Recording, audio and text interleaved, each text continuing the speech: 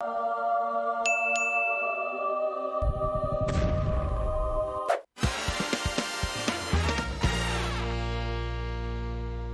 far, leaderboard. Into the side of those buildings, misses the nade through the window. Struggling to make the entry now into the UMP. Help! PJ Duello. Ow! Somehow Imperium stays alive for the time being. Oh, Fredo, that's not a good thing at all. Was it Max? Well, Max, how do you like that? Well, Caleris first. Yeah, Max. Fine, how do you the gap to the top four. Attacker and Longs, all but they just might be arriving straight to their doom. A Molotov taking so much damage as well. Crossing from Nick with Galaxy effect. Freaking lord, he can never count it.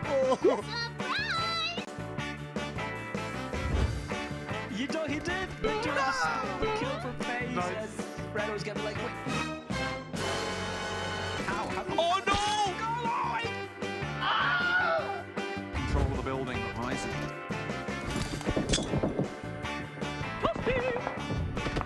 I got a bad feeling about this.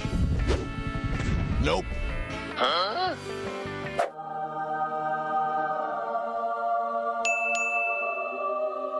No! God! No! God, please, no!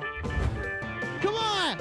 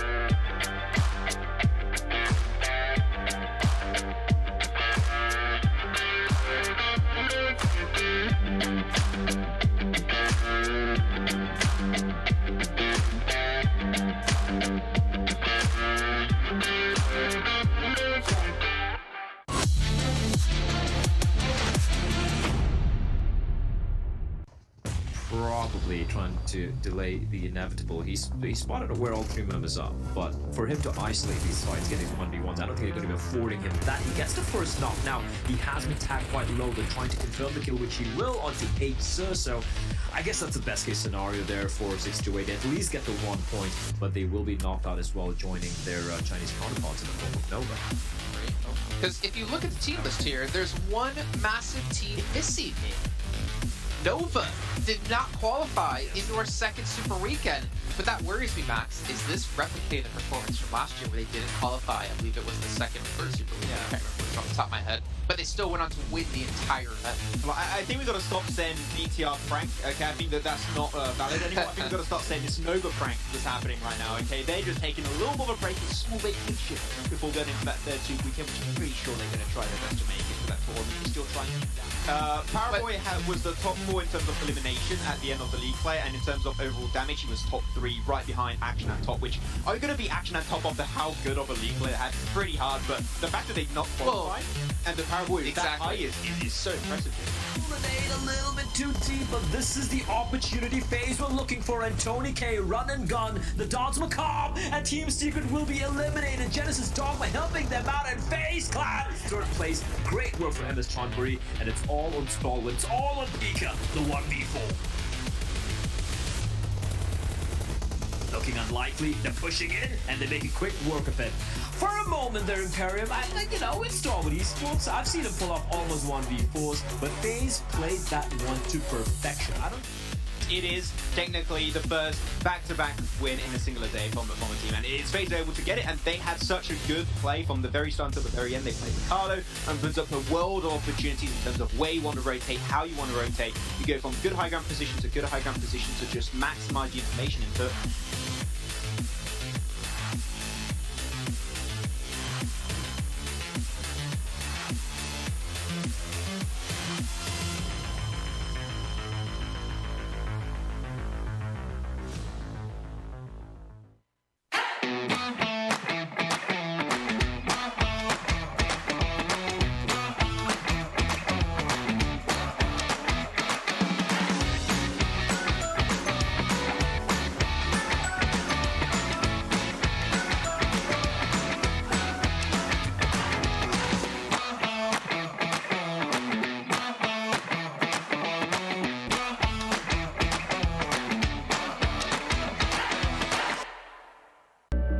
I saw the first light, the first steps.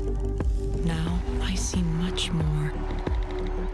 I capture Earth in all its beauty. I see action. I see drama. And I see it in the finest detail. Moments of inspiration and the first steps. I am the 1+9. PUBG Mobile fans around the world, welcome to the 2021 PUBG Mobile Global Championship. To the top teams across all regions, we have a message for you. The Middle East, you have proven your worth. Now, make your formidable debut on the PMGC stage. South Korea, forget the past. This year, show the world you've ascended. Remind the world of South Korea's raw talent. Japan, you came so close last year. But what doesn't kill you only makes you stronger. Bring it back better than ever. The Americas, you're the alpha dogs that dominated the West. Now, lead the pack on the world stage. Southeast Asia, you took down so many strong teams on your journey to the top. It's time for a comeback on the global stage. Europe, it's now or never. Push your limits and surprise us all. This is the moment to create your legacy. South Asia, you were the dark horse of 2020. Amaze those who would underestimate you again. China, you carry the crown of last year's PMGC. Now, with everyone's eyes on you once more, can you secure back-to-back victories? PMGC needs a champion. The world needs a champion. Who will stand victorious in the end? Who will be next to glory?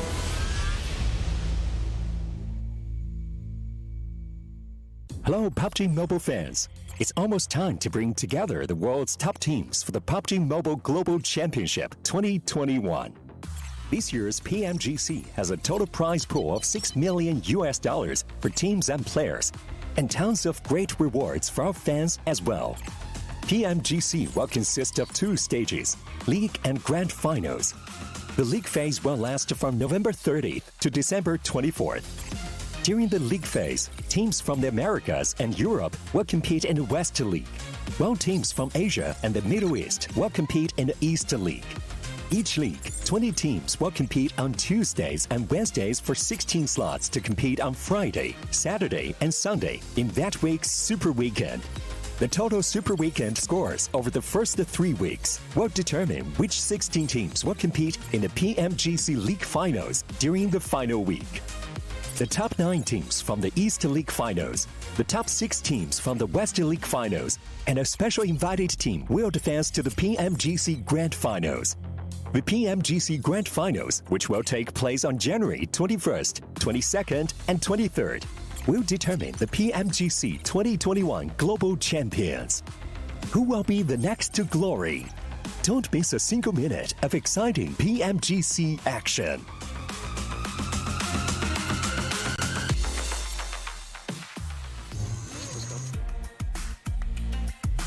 We are back, and it is finally time here to kick off the last day of our last Super Weekend here at the PUBG Mobile Global Championship 2021 East League.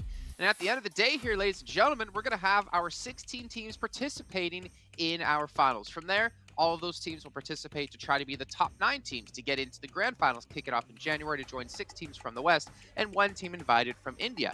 Maxman still refuses to share this information with us. He likes to hold it to himself. Probably going to post it on his Instagram, so you can give him a follow over there to see who it's going to be one day. But I'm Jason Kapp, and I'm your host. And also on the end, we have Professor Tarzan. Max, I feel like it's been years since you've been on the show.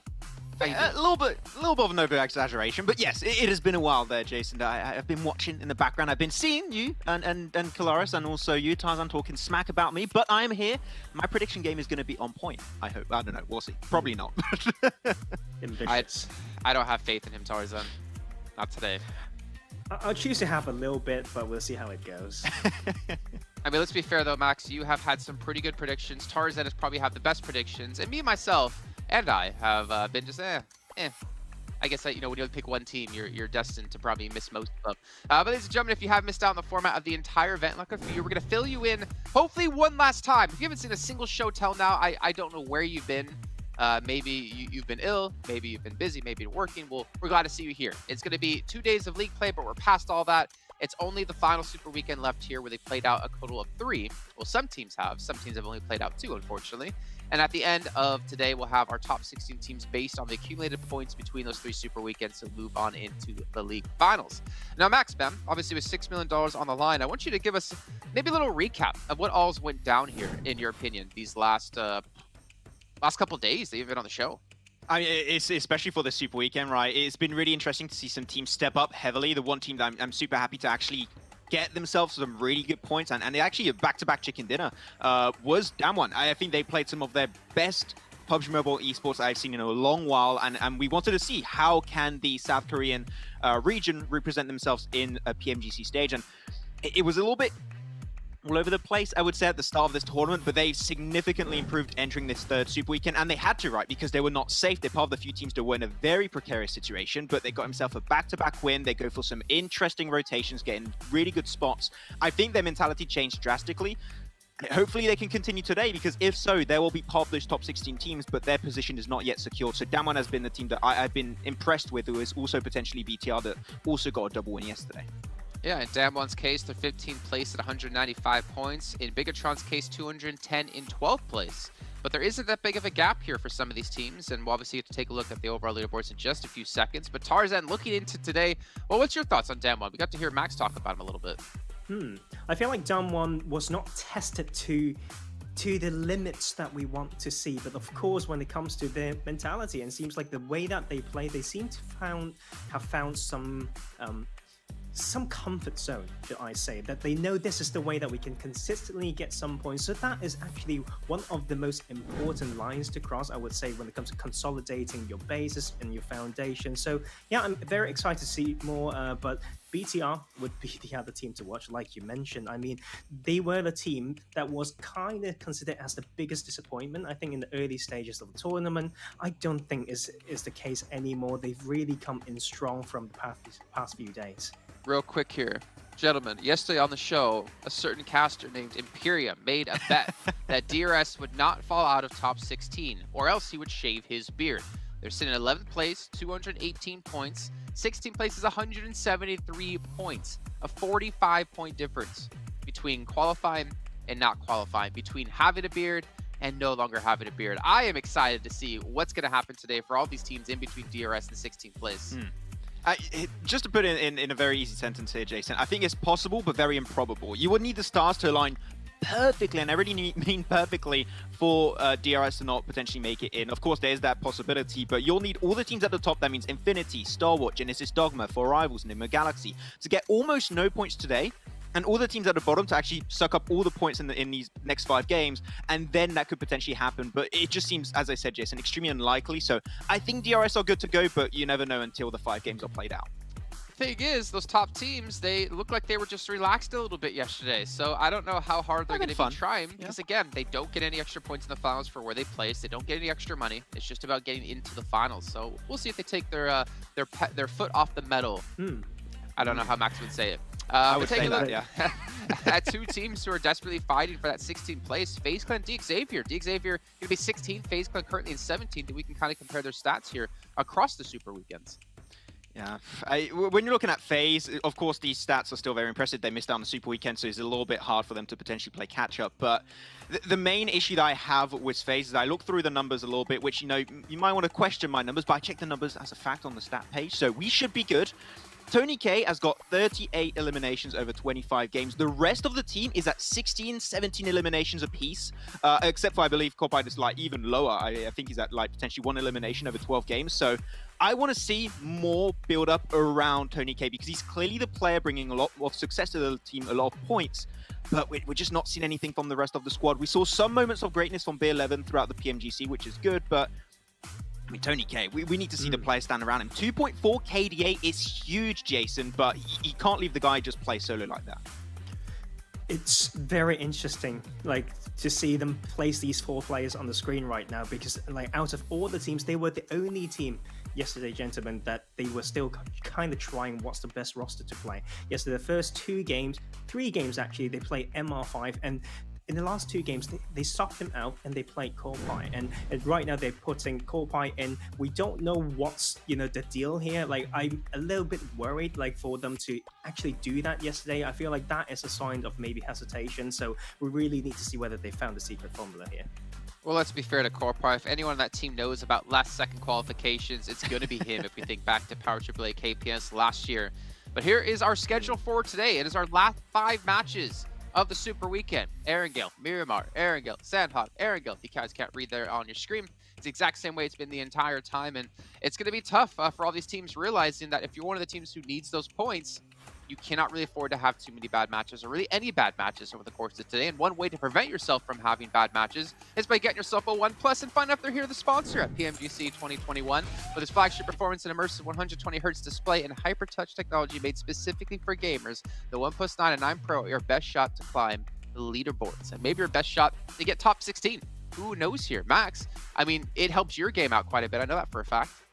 Yeah, I think my case is very different because nothing could save me, even a top-tier device. But hey, I could still try. I might be able to kill a few bots here and there some point in time. We'll have to see how that pans out. But, man, I'm looking at all these teams now on the list, and you asked this question a lot, Jason. No, asking about hot drops. Typically, I'm against hot drops early in the tournament. You only have 5 more games now. And if you want to get rid of Nova Esport, now's the perfect time to do so. So I would love to see some of the top teams like Affinity, Stalwart, Genesis, Donware. They're super safe. If you want to make sure the Nova Esport, the current reigning world champion, to put them out of the entire event, this is the perfect time to do so. Hot drop Nova, get rid of them, boys. I mean, hey, that's a really risky thing to do, but it's a very good point, right, Tarzan? If you're Infinity, if you're Stalwart, Genesis, Dogma 4 Rivals, Lima Galaxy, 628 even, MS Chon Burry, like, you're all 300 points or higher. Realistically, there's no way you should ever fall out of top 16. Why not go for it? Yeah, like, you won't fall out, and this is the thing. How do you make use of today is the key question. Like, you're already safe. Like, what can you do today? Are you going to consolidate your play style? Are you going to have some fun? Are you actually planning something cheeky that can really, like, confuse other teams? Like, I really want to see that type of plan coming through, but I'm not sure whether we are there yet as a scene, but I think someday. No, do it. Forget this. You don't know if we're there yet, man. Like, this is like brutal competition. $362,500 for first place at the end of just the league finals. Not even the grand finals. It's $6 million in total across West and East. And what, you're gonna have a gentleman's agreement for 300 grand? No, forget that, man. That's not enough money for me to have a gentleman's agreement. That's too much money actually for me to have one. Why wouldn't you do that? Why wouldn't you take out the reigning champion? Why wouldn't you focus Bigatron out? Why wouldn't you focus any team that could potentially take away any extra money that you could earn and help teams that you think you can easily take on in the finals qualify?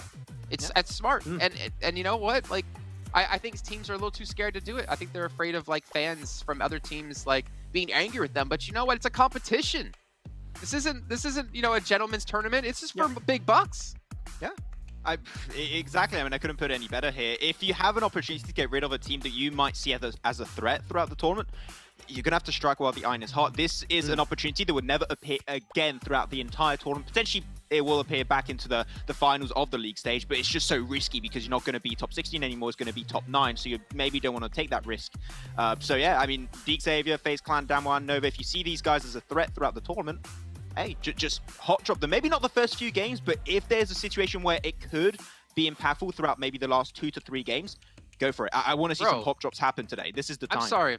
If you're like Cryptix, Nova, Damwon, DXaver, FaZe, Deadeyes guys, you better have a secondary drop location that you can go to with confidence. You better have backups on every single map, because there is no way that you should feel comfortable going to where you're normally going to be dropping right now, with this being the final day overall. But with it also being the final day, it's time to get our predictions in. I'm going to start things off here because you know what? It's pretty obvious who I'm going to be choosing. It's going to be Max, man. That's my prediction.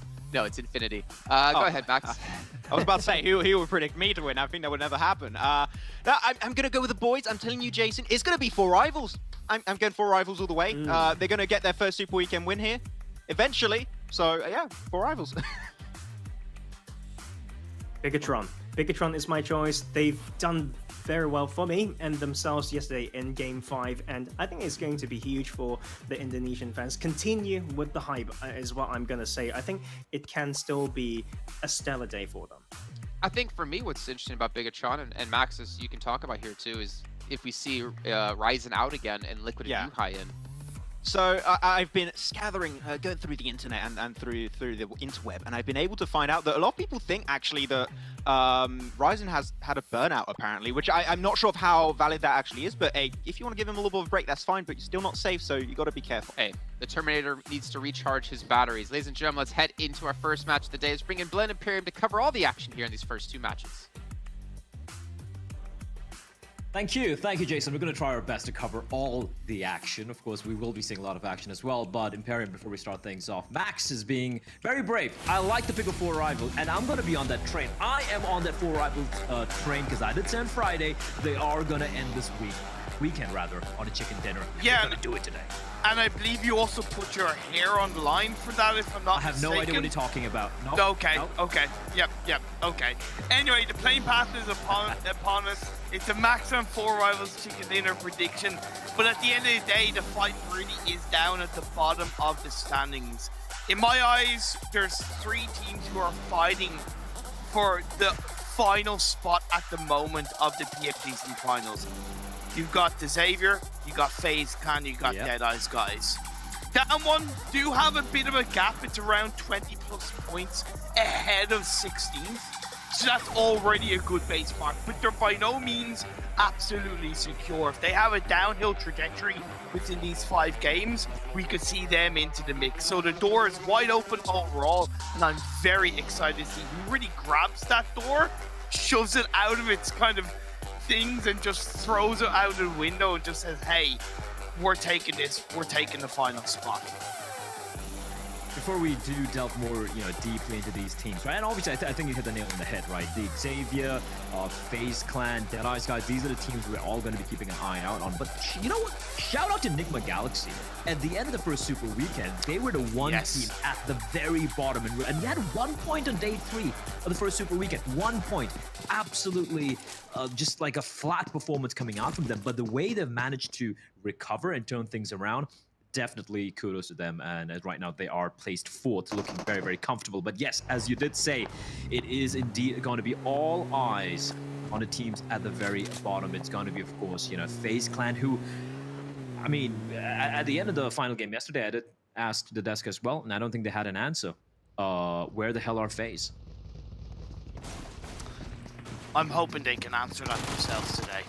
Right now, you got 6-8 going up against Reject, just outside the coastal line of the Erangel map. Nice initial knock by Seron to 33Z. Both of these teams are qualified as Sarah picks up a second. Possibly going to look for the 3-piece. Jumps out the window. Goes to the pre-knock. Sarah! Can you get the 4 in a row? Not quite. Takes a good bit of damage. Has to try and run around, but his teammates are now here to help. His teammates are here. I can't believe the 1v4. He should find it. He's going to confirm the kill. Finds 33Z. He's trying to pick them off while he can. And Sarah, oh, this would be massive. He hears him coming for him, and they're just biding his time. And he is playing this to absolute perfection. Sinan, oh, what are you going to do? He doesn't know what to do. And now he's being surrounded. The Wolves, they've been put down by Sarah single-handedly. And let him get the ace. Let him get the ace. Let him get the 4K. No, Divine's going to steal one away from him. And Sinan trying to delay the inevitable valiant attempt to knock down the player there. But in the end, it is going to be Reiji to finish him off with the Glock. And what a play. What an incredible play coming in from Sarah. Let's go, man. That's what I love. The shackles are off and they're just having fun at this stage. Man, and this is good for the teams fighting down in the bottom of the standings, right? You have another team eliminated. Yes, there's 4 less chances of points in terms of eliminations, but you've got the ability to get a higher place in position. There's technically now more space in the circle because there's 6 players eliminated rather than, not 6 players being eliminated. FaZe Clan went for an initial drop. I believe they did get elimination onto one of the 4 rivals players. Yep. So that's the Maxman curse coming through. And now they've instantly made their way. Yeah, there you go. That's a replay. Because I saw one of the FaZe players drop near 4 rivals on the north of the river to pick up a vehicle. Seems like they got sightlines on that 4 rivals player on his own and picked up that kill. Good awareness from FaZe Clan, and also even just that kind of setting up of, hey, we also have a bit of an easy entry point into the circle because we've eliminated a player. We've put a team down to 3. They're going to be a little bit more cautious coming in, automatically more space. For sure, and we haven't even touched upon the circle, right? It is going to be a massive east zone where about 40% of it is in the water. So we could see Lipovka final zone and maybe a multi-power even could head towards Novorepnoy. But man, I'm still recovering. I don't know how you've so quickly recovered from that 1v4 from Sarah. Although, yes, his teammates were still alive, but at that moment, he was isolated. And it kind of reminds me of Rorschach. Rorschach from Watchmen is like, you think I'm locked in here with you? You're locked in here with me. And it just completely destroys them. Just such a baller. That was brilliant. You should cast like that. No, I don't think my throat could take it. I don't want to sound like that. Give it a try. Give it a try. And it's Yuri. He's gonna. No, I can't. It's too early today. Good effort. Good effort, man. Maybe once my vocal cords are warmed up a little bit, maybe a second game, I could be like, "And MS Chonburi, they're going in for the kill." I'll probably give it a shot. Oh my god! Yes, hell yes. Why not? But you're right about that circle having a good kind of 30% water in play. It does eliminate the landmass available. I would expect Stalwart to wait until Phase 2, even Phase 3 to anyway move out of the military island. I could see Infinity rotate through the western bridge. However, they could come into contact with Reject. They might be aware on the kill feed that there has been a squad wipe by Reject onto Infinity. Therefore, that allows, star 628 by Reject. So that allows Infinity to be aware that Reject could be hanging around that western side of the map by the bridge. Therefore, Infinity might slow their rotation down or be a little bit more cautious. I hope that is the case. If they go in blindly, they could get caught out by Reject. And I feel like if Reject have done their homework, and clearly they should also have an inkling as to like how Infinity like to rotate when it comes to these sort of zones, true. right? They always wait for the second zone. And now that they've already eliminated the nearby threat of 628, I wouldn't be too surprised if Reject just brave the blue and try and catch Infinity. Why on not? rotation. But Infinity, they seem to be one step ahead of Reject. They're going to be making for the rotation early on. And somehow, I don't know how they're able to thread the needle. The only one time they got caught off guard was 628, right? That one time, I think in one of the league games. But apart from that, they always seem to find the timing to sneak their way through. And I'm going to be a little bit kind of controversial on this. I've always had a bit of a personal belief that Military Island as a drop is really not that good of a drop. I agree. Really. I've never been a massive fan of it. I think it's a false sense of security. I understand teams like to have that as a loot position because it tends to give a lot of loot. It tends to, like, you have your level 3s there, you have a lot of stuff that you can grab hold of, but rotational pathwise, you're very isolated, and it's rare I see a team consistently have that locked under their control, and I think Infinity is one of the first to pull that off, and you're right, so I'm really glad you brought that up. The only time they've really ever been caught out is when, and that was purely their own mistake as well, being honest, but that's the only time. They do remind me of the, for me, obviously, most of the storylines I'm going to try and draw is from the South Asian side of things, because I do that region much more, right? But they remind me a lot of the old Stalwart guys, or the I-8, the old Pakistani side. Yes. Always, no matter what, dropping on the military island. But I feel like sometimes they do get caught off a rotation, like you mentioned. It can be very iffy. They still manage to, get a lot of points. But I feel like because they drop on military island, that's why they always struggle getting the chicken dinner, because they always seem to lose a number of players on the rotation. Infinity, they just seem to be a step ahead, though. Like you said, even I'm not a great fan, but just the way they're able to get that timing, man, it's unreal. Phase 2 pops up, and it continues to go over to west. but it does eliminate the military island and a good chunk of the water. Lumberyard Hill is going to be a big part of this phase number 2. You see the Xavier dead center in the circle. BTR a little bit to the west of them. You do have MS Chambori on the western side of that prison hill, and Down One Gaming down by the roadside to the west of Lumberyard Hill. So this is really interesting to see. FaZe Clan, one of the teams fighting for the final spot, or one of the final spots in the PMGC East finals, are moving through Yasnaya. Deadeye's guys had a torrid Super Weekend number 3. They're on the northern side in Mansion.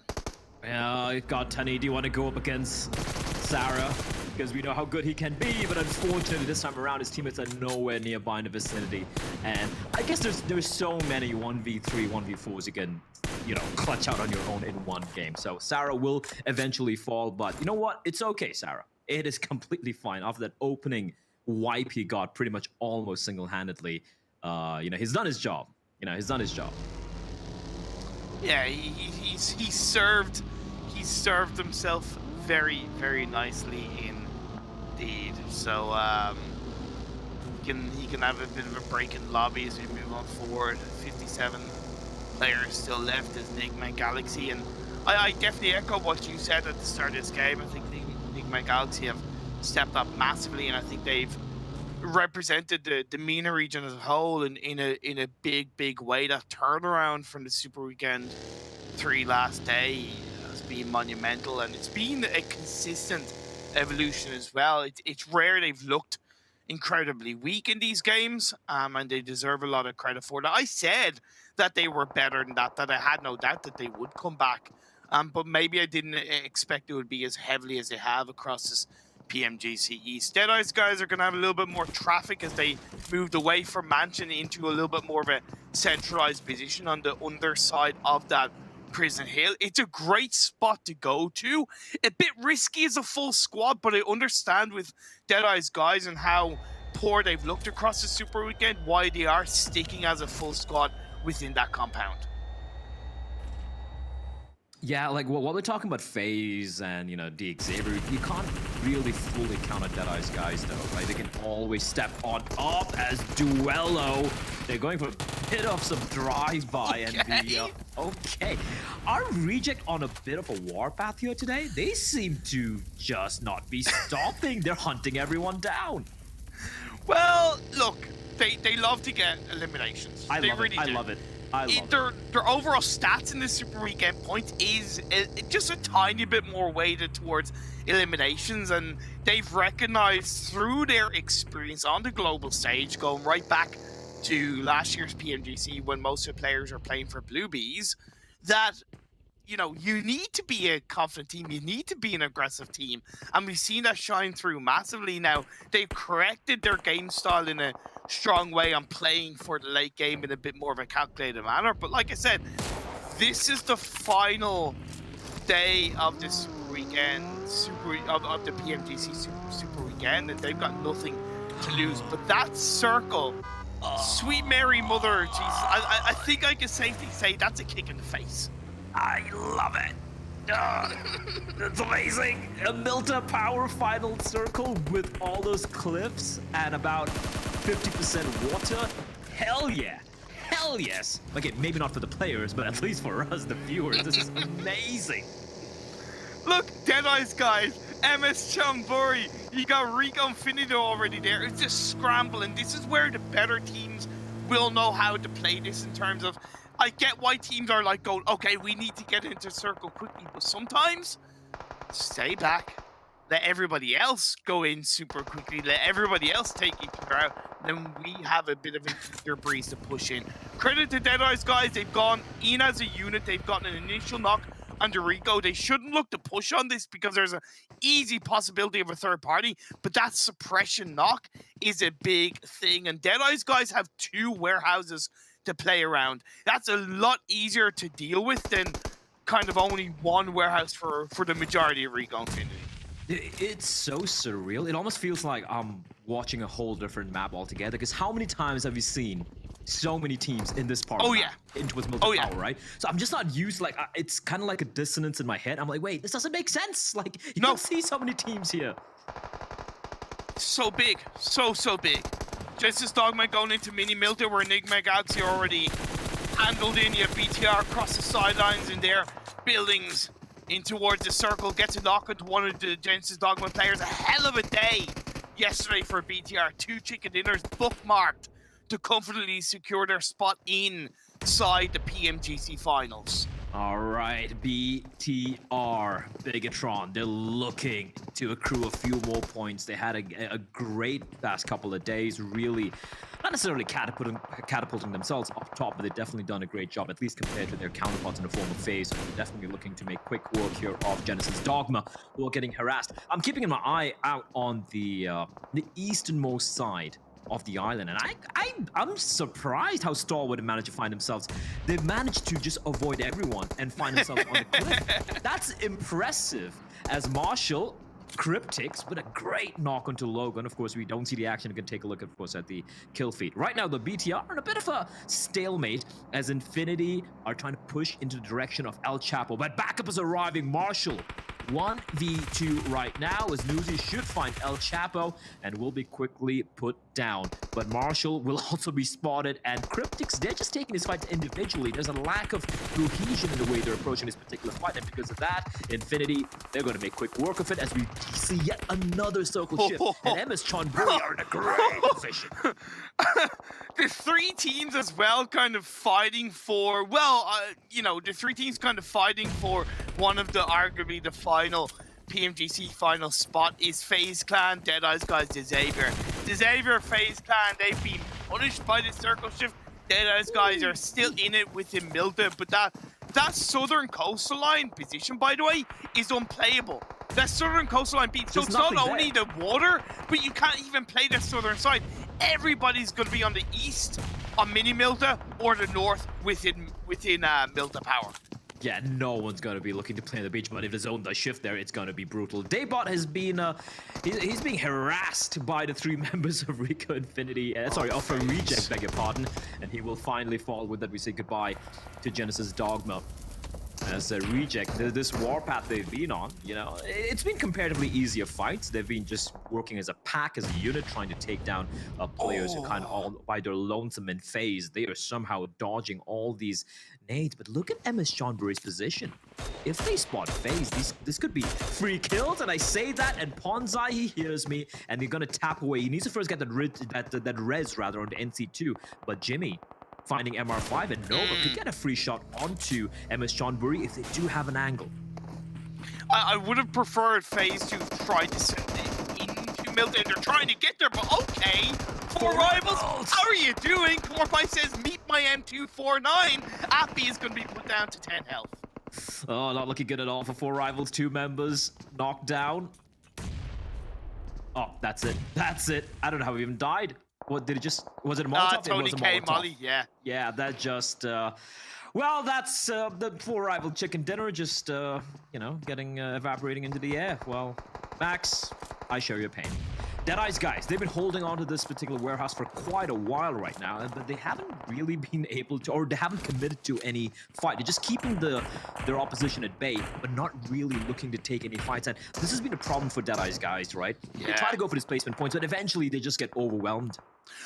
Here's the thing though, I've got to give them credit because I think they've been a bit more proactive in this position. We've seen them throw nades towards FaZe Clan. They're aware that the next shift is definitely less likely to continue in their direction, so it's really important that they create that push. So I got to give them credit right now within this game 1. But indeed, you are right. They have tended to play more for the placement, stay quiet, and then they get drowned out 50 minutes into the game. MS Chonburi, though, they're getting drowned out by the might of Stalwart. 2 of their players knocked down. I believe it's just NC left alive. Stalwart, they've had the best position thus far, but yeah, they have to go up against MS Chonburi, but they're making it look very, very comfortable. MS Chonburi spread quite thin in a 2-1-1 setup, meaning that TG13 and Pop, there's nothing they can do. NC2, though, He's got that edge. I don't think he's going to be able to climb at the particular cliff, though, but he has his other teammate nearby. So MS Johnbury, never mind, he's been taken down. So MS Johnbury just down to the one member. And Stalwart Esports have stolen that position away from Johnbury. And they're in a very good place here. Okay, this shift is absolutely brutal. No, it's I'm kind of going to disagree. A southern shift would have been way more brutal because it would have been down on that coastal line that was already unplayable. Whereas up in the north, you have the kind of buildings and coverings of I mean, it's great for Stalwart. It's great for Stalwart for everyone else, though.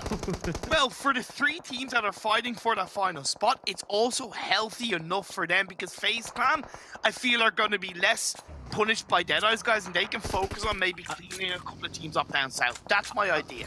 I mean, you said it perfectly. Even though Infinity were just at the edge of that plain beach, that open beach, look at how it just got mowed down, right? Yeah. From above, trying to transition a little bit further up north, and Newsy might be the last man standing. No, they still have a couple of players alive, but yeah, they've been spread quite thin. And Nova making quick work of them. Ragey, vehicle sounds. I don't think it's been hurt though. Duello, Ragey, they're spread very thin. And yeah, for Reject, it's all about just trying to accrue as many points as possible. Maybe try and, build a little bit of confidence heading into the East Finals. That one gaming. Charging in. Rico Infinity having to hold it round, which they will do so pretty convincingly. Getting a couple of knocks already. Nades are exploding left, right, and center. Oh my lord! It's Marcus. They're getting third party by Deadeye's guys. Finally looking to strike. And you blink and you miss it. That one gaming. They're out of here. I regard them right now as a safe team in 15th, a total of 195 points, 25 ahead of the Xavier in 16. So that's a bit of a cushion. But 1 elimination this game, 11th place. I think that's a total of 2 points. They can't repeat that. We'll see how it goes for the next game onwards as BTR still up as a 3-person team. Get to knock onto Duello. 4 eliminations so far. And I like how they're playing this game, recognizing that they're better off playing as late as possible into the circle and seeing how many eliminations they can get. Oh, that keeps smoking. I'm very worried because Tunny could ruin. Never mind, Tunny. Oh my lord, Newsy. Okay, what's going on? What is even going on? They're getting absolutely ruined by God Tunny. He's just basically dismantling them. He's looking for the final player as well, who's inside of the water. He should know where Luxy is, but Luxy, there's no way he's going to be able to strike on a God Tunny, but he could. It could be sneaky. Never mind. It is going to be Stalwart Esports action from the distance, able to knock down Tunny. So there is still an opportunity here for BTR to stay alive. They were looking good, man. And then just one man completely ruined the day. The Xavier, 0 eliminations, but still up as a full squad. Deadeye's guys, 1 elimination, still up as a full squad. But FaZe, 3 eliminations and up as a full squad. Every single point counts. That's why I keep on highlighting it. That's why I'm keeping an eye on it. As the next circle has popped up, it's centered up quite nicely. It's helped the Xavier, but the FaZe Clan and Deadeye's guys, they're going to have to battle.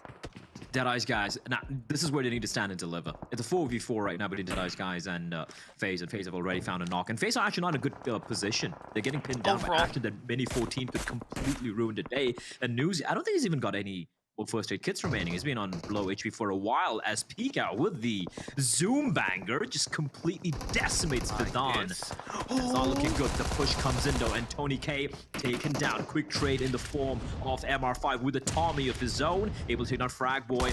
Rated Sir has a lot of work to do. He's got to go up against MR5. MR5 ducking and weaving, but he will eventually fall as Deadeye's guys making quick work. Still a player remaining. Corpai will be taken down. Rated Sir doing everything by his lonesome, and he's going to be able to get the res as well. Turulov and Shifu already making a move. That was all in Rated Sir, and he stood and he delivered. He stood and delivered, but FaZe Clan threw massively. Why were you taking 2 kind of fights at once? Why weren't you all pushing into the warehouse? Why was it 1 man at a time? Come on, FaZe, you're better than that, but credit to Deadeye's, and they keep themselves up as a full squad. He did stand and deliver. Stalwart on 10 eliminations. Xavier yet to really make any noise, but are into the top 6, still up as a 4-man. Yeah, that's the thing, right? BTR, even though they have 5 eliminations, only 1 member staying alive. A top 3, I won't lie, it's looking kind of grim for the side of BTR. Nigma Galaxy as well, down to the 1 member. And Rico Infinity, I say them, and Prestigo is going to be taken down by Turulov. Stalwart are in 10 eliminations. Not a man has gone down yet for them. And Luxy, the final member of BTR, his job is to avoid the danger in the form of the Alpha Predators right now in Milton Power. That is going to be Pika, but as he tries to get the timing right, because he heard the buggy move away, he tried to make a play, he tried to make a run, but Action, he spots him, and Luxy is trying to race against the blue, but Action is keeping him pinned down, and BTR, I believe the days are numbered, as Rico Infinity will also be taken down. Luxy able to patch himself up. He knows he's going to get up. The moment he pokes his head above that ridge, Action, he's got a bullet with his name on it. And that's why he's hoping that Stalwart will be distracted by another team so he can make it in. We'll have to wait and see. He finds a knock. He finds a kill. Xavier will finish him off. That puts Stalwart, I believe, down to 2 players. Yes, indeed. That's kind of crazy. The fact that he was able to get the knock onto Action. But yeah, the Xavier...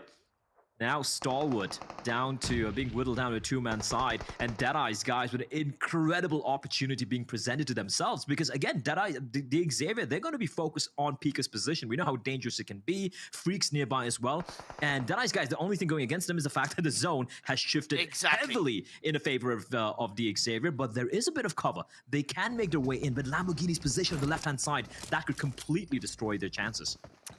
It's a massive flat terrain, kind of that pathway in front of them for Deadeye's guys. The smoke road needs to be created. Not a big smoke road. I gotta appreciate that they're smoking where they want to go, more so than the path line there to begin with. Shifu is the first to make it across. 1 by 1 makes sense, because you know nades could be thrown towards those smokes. So Shifu's testing the waters, while the rest of the team will now follow suit in a vehicle, which makes a lot of noise. Keeping one behind, Torolov is there to support. Rabbis takes a couple of shots off. The Xavier are aware. Yo, they're not aware. They're not aware of the man behind them. Pika, the rotation, all the way coming in from behind. And while the Xavier are hyper-focused onto Deadeye's guy's position, it could be Pika to strike. And I don't think they're aware of this. Now, Rabbis? Nope. They're completely clueless. They're busy harassing Deadeye's guys who are just content, just lying in wait. Look at Pika's position there. If he gets the timing right, he can easily get a couple of knocks, but Top will be found by Freak! What is that from Freak? He gets the nade, and with Top getting knocked down, now Pika has a decision to make, and I think at this point, he just holds on to that little protection provided by the cement. He's not going to be going for the res, and Top, he will bleed on out, leaving us in a 4v3 v1. Lamborghini, though, he's aware. His spider sense starts to tingle, and he's like, wait a minute, there's another member alive. Pika was somewhere nearby, and a couple of warning shots, and Pika will have to slowly crawl back. For me, Deadeyes are playing for top 2, and that's okay, because they've had a proactive game with quite a good few eliminations, so in my eyes, a second place would be such a strong base amount of points in this final game. Yes, I know every point counts, but with such a big, massive mountain to climb for Deadeyes, this will be a good start. Can't count out the Xavier as well. They need this big game. They need to start to distance themselves away from the bottom 4 teams. Pika is in a little bit of that smoke cover, able to cross an over. Fragboy Wolf on the Dice guys still not replying back, and they are just a sitting duck for the time being. Shifu, number of bullets being rattled off, but he's also getting shot at by Frankie. And the timing is great, but the nade sails in a little too deep, perhaps, and Shifu is in great. Oh my lord! Gets dropped as well by Turulov, as Deadeye's guys, I think they've had enough. They're taking the fight with the Xavier. Frankie having to be res, but for the time being, it's a 2-man standing for the side of Deadeye's guys. Sorry, for the Xavier. Deadeye's guys, Shifu making a run. Oh Freak's no! There. They're right next to each other. Shifu seems to be aware, but Freak's fully patched up. Shifu, he checks the corner. He goes for the free fire, but he's more than ready as Freak on a sliver. 1 HP. Not even a sliver. He will stay alive. The nade, does he find him? No, it doesn't. Freak's still alive and kicking. The guy is a magician. I kind of get why you push in as a solo, but I also think, why would you push in as a solo? You're down to 2 players. Pika's still there, Imperium. He can be the X factor here. Turulov pushing in. Freak he's only got bandages, so Turulov, your times is right. He knows he's there on the corner. Molotov, yeah, that's gonna flush Freak out. Comes pre-firing. What a play! What? Freak absolutely ruins Deadeye's guy's days. He is a clutch god, and now he's got to go up against D Xavier. It's a 1v3 for him. Never mind, taken down. It's all on Pika now. And Starwood Esports without having to do much. And you got to bear in mind, they have so many eliminations as well. And even though he falls at the very end, a second placing with about, what, 12, 11 eliminations? Starwood's going to be happy with that. But D Xavier with a chicken dinner. Imperative, we were talking about that. They really needed this one.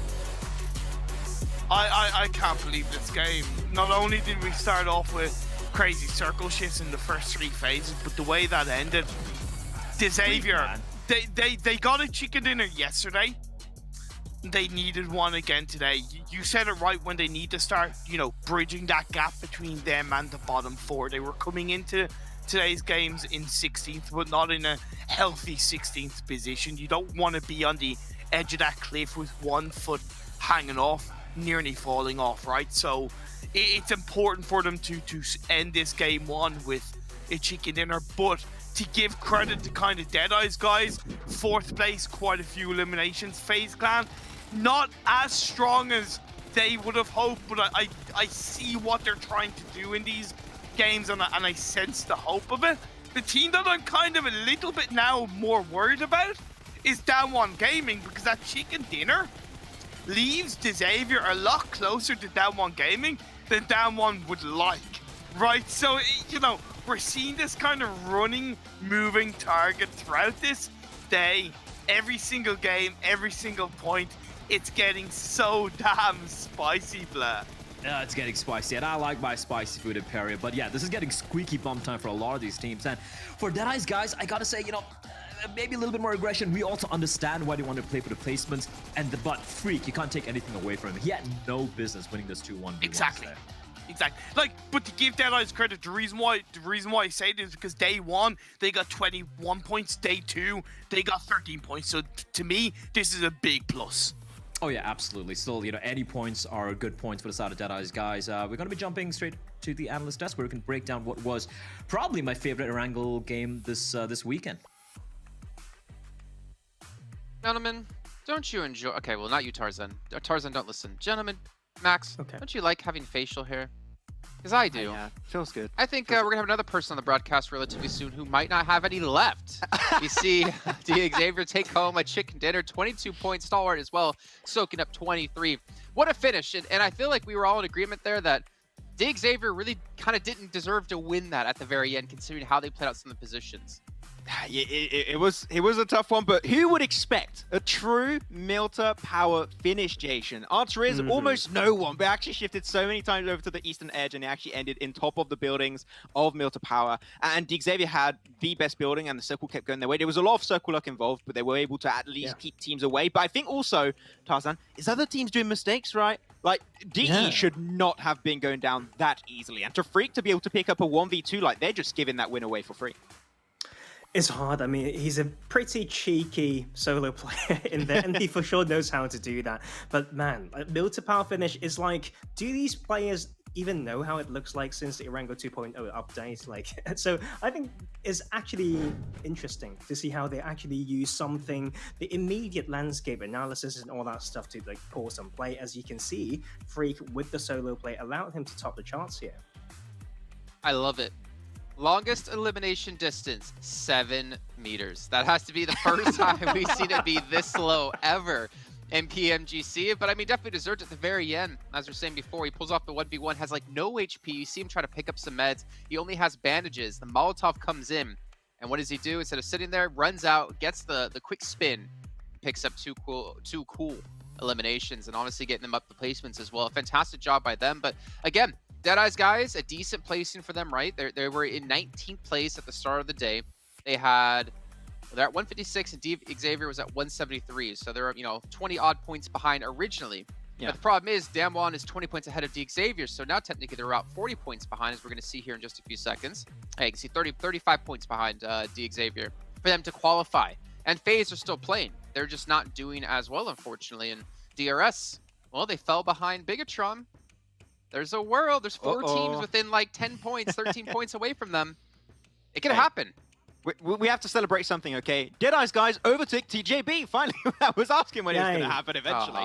They finally get it. Okay, that was a little bit mean. But yeah, they're able to overtake that position. That's fine. But still, you are not safe. But that was still a really strong result from Deadeyes. And the fact that FaZe did not get that strong of a result, that gap is closing a little bit. And they're now heavily back into the race. They had a little bit of a gap at the start of the day. So that third place actually is really good. Not even, sorry, I thought they were third, but no, they're actually not even third. They got fourth because of Freak.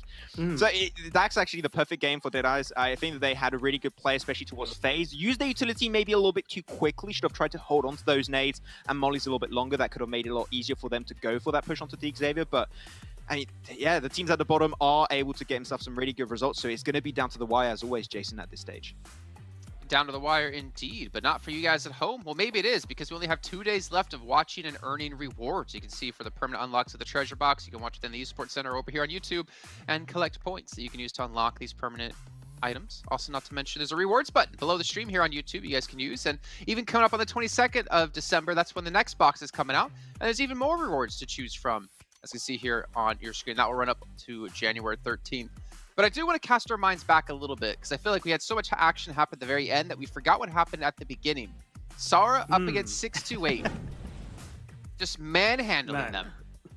See, that's the thing. For a Novo to Saverni playing path, sometimes the important thing to think about as an IGL player is which teams would struggle, right? Like what's too far for them or whatnot. So 628 and Saras at Reject, they share this similar like path where they need to get cars. And from what 628 did yesterday, I could believe that they know that's a hot drop that they can do. But Sara just held it so well. The 1v3 before the teammates even touch the ground, they're slowly floating back because they are just trying to glide so far. But he bought enough time, and that was just a clutch play. And 628 need to think again, but we appreciate the effort because they've done that once yesterday against MS Trimburi to the north of Chem Alpha. So yeah, but not so lucky this time. Okay, well, let's know your guys' thoughts about this question down below us of which team do you think underperformed the most?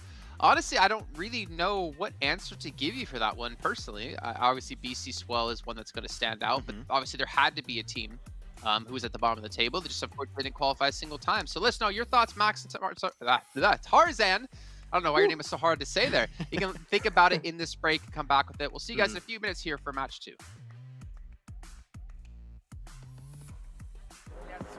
But this will make it big for Semnon if they can get the chicken dinner.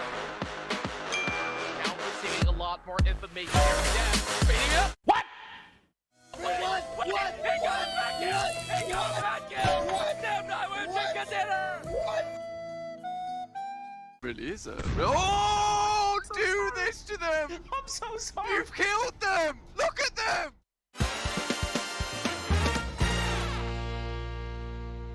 FaZe still in contention though. FaZe up a real possibility. Really? I think it really is. Oh no! Oh no! It's FaZe down! No, I'm so on sorry. your face! I'm so sorry. Why would you do this to them? I'm so sorry. You've killed them! Look at them! They're dead! Huh? Oh!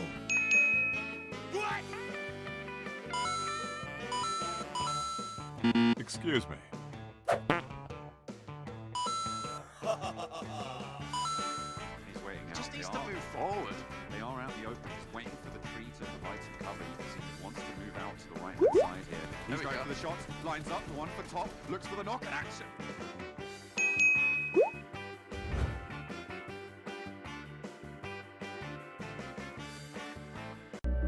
I saw the first light, the first steps. Now I see much more. I capture Earth in all its beauty. I see action. I see drama. And I see it in the finest detail. Moments of inspiration. And the first steps. I am the 1+9. All right, well, welcome back to PMGC 2021 East League. This is our last day of the Super Weekend, of our final Super Weekend. And Max and Tarzan, you had your chance now to think about which team you think has underperformed the most. And I hope you're ready to answer, because Max, you're up first. I'm ready. I'm ready. I would have to say FaZe Clan. You got so many big names in a team such as FaZe, and I expected them. I think I did a live before the show actually started, and I put FaZe in my top 5 potentially for the entire tournament. I couldn't be further away from the truth, unfortunately, Jason. Currently on the bottom of the page, not even sure to make into the league finals, and I expected way more from FaZe Clan. TJB too, but they don't have only S, so because of that, it would have to be FaZe Clan for me, yeah. Tarzan. Deadice guys will be my choice. To be fair, they've got so much experience through 4 PMPLs, and they are still struggling when it comes to key moments. I think it's a mentality thing, right? You sometimes need to start investing into why. The maybe psychological side of things, where you need to develop some skills when it comes to how to absorb pressure, how to help each other in those moments. They can't seem to find the answer yet, so yeah, they will be my choice. Okay. All right, acceptable. We see Miramar is going to be coming up next here. And again, historically, Reject has performed well on it. I'm curious of how you think, the likes again of, I mean, all right, I'll keep Deadice guy in the conversation for now, but if they have a bad match, I feel like it's going to be too tough for them to come back unless they win back-to-back chicken dinners. But looking towards, Deadice guys, FaZe Clan, Xavier, Damwon, and maybe even Nova, because they're just barely in 14th place. Like, how do you feel like these teams are going to do, and which ones do you think can have that stand-up performance here going into our final Miramar of, I guess, quote-unquote league play? Yeah, if there's one team that comes to mind, I would like to see potentially get another win, maybe another back-to-back would be Xavier, right? They got themselves the Miramar win yesterday, pretty heavily too, like a very strong performance to go himself the chicken dinner with 13 eliminations, which is great to see. If they want to solidify their position and somewhat be safe throughout the rest of the day to make sure they solidify their position in the top 16, Xavier can make it happen again because they've significantly improved on this map, so I think they could be the team to take it all here. Tarzan? So, I want to talk about FaZe Clan because I remember, of course, them having a disappointing week 1, and then I think the bounce back happened on this particular map when they figured out, how to do the rotations in the first 2 phases from Picado. So it has to be. It has to be now. Like they can't wait any longer, and they've decided what 4 players to play, and I hope it will work. Okay, prediction, Tarzan. Nick Galaxy. Okay. No reasons. No reasons. Max? For a reason, 4 Rivals. They're gonna get a win. Even though I think Xavier could do well, I want to see 4 Rivals win. It's gonna happen today. I'm telling you. I see. You also are a man of culture, of sticking to your picks. Infinity for me, of course, because I'm doing Infinity all day. You can just write that down. If I change it, you can call me out for it. I won't shave my beard. My girlfriend likes my beard, so I'm gonna keep it because I want to keep her. And also Max likes it, and I like to keep him around too, which I don't know where I'm going with this one.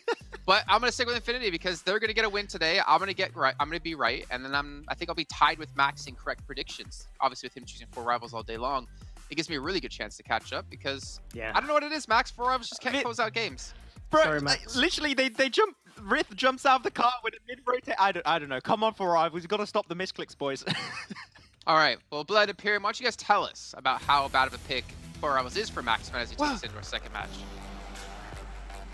Yeah, well, here's the thing. You call him a man of culture. Is it a man of culture? Is it a man of delusions? I don't know here, Imperium. But I respect it. I respect how he's doubling down on it. Because I'm with him. I'm with Max the entire day.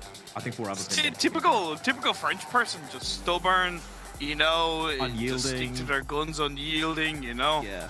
Now I was expecting him to wave a white flag and surrender at some point. Okay, But, all right. that's spicy. I know. But the playing path is not spicy. It's an extremely healthy playing path right down the middle of the map from west to east.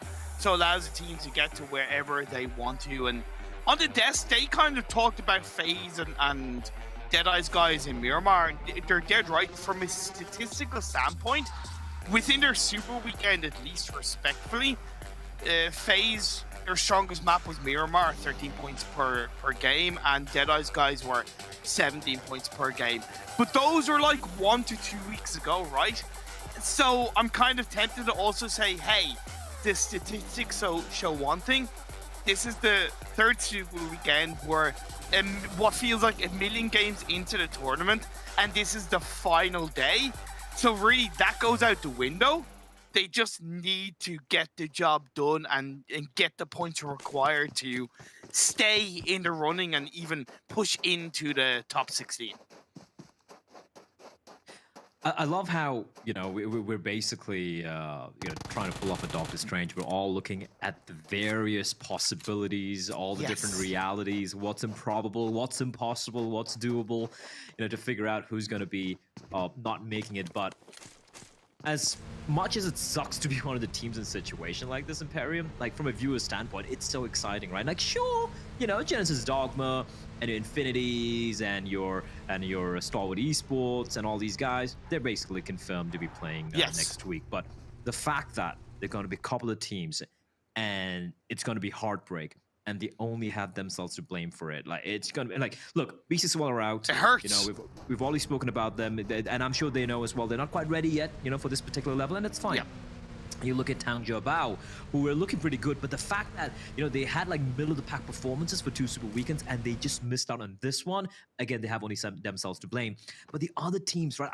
I mean, I'm going to be heartbroken for them. I think the Xavier has shown that, you know, they can hang with the rest out there. We've seen FaZe step up as well, even though they, you know, had a very quiet one. So, and even Dead Eyes guys, a team who are always so dangerous in the region, and here they've just been quiet. Someone's gonna have the heart broken, and my heart's gonna go out to them.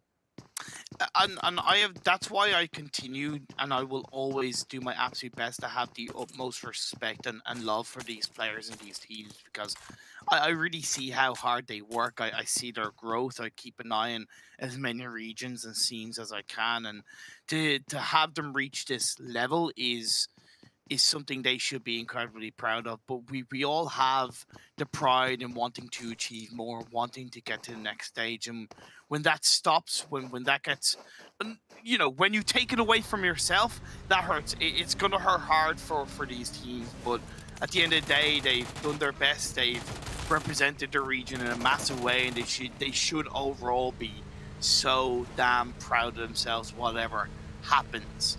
But in this game especially, we're seeing no real contentions because of that clean playing path. No real early engagements. It's quiet on the western front. The phase 1 circle was also complementary to that playing path. A little bit on the east, and I will say it does, for a teeny tiny bit, hover around the island outside of the mainland. But for the most part, I can't see any team kind of clashing too early in this game. It's going to be a very calm before the storm, 5 to 10 minutes.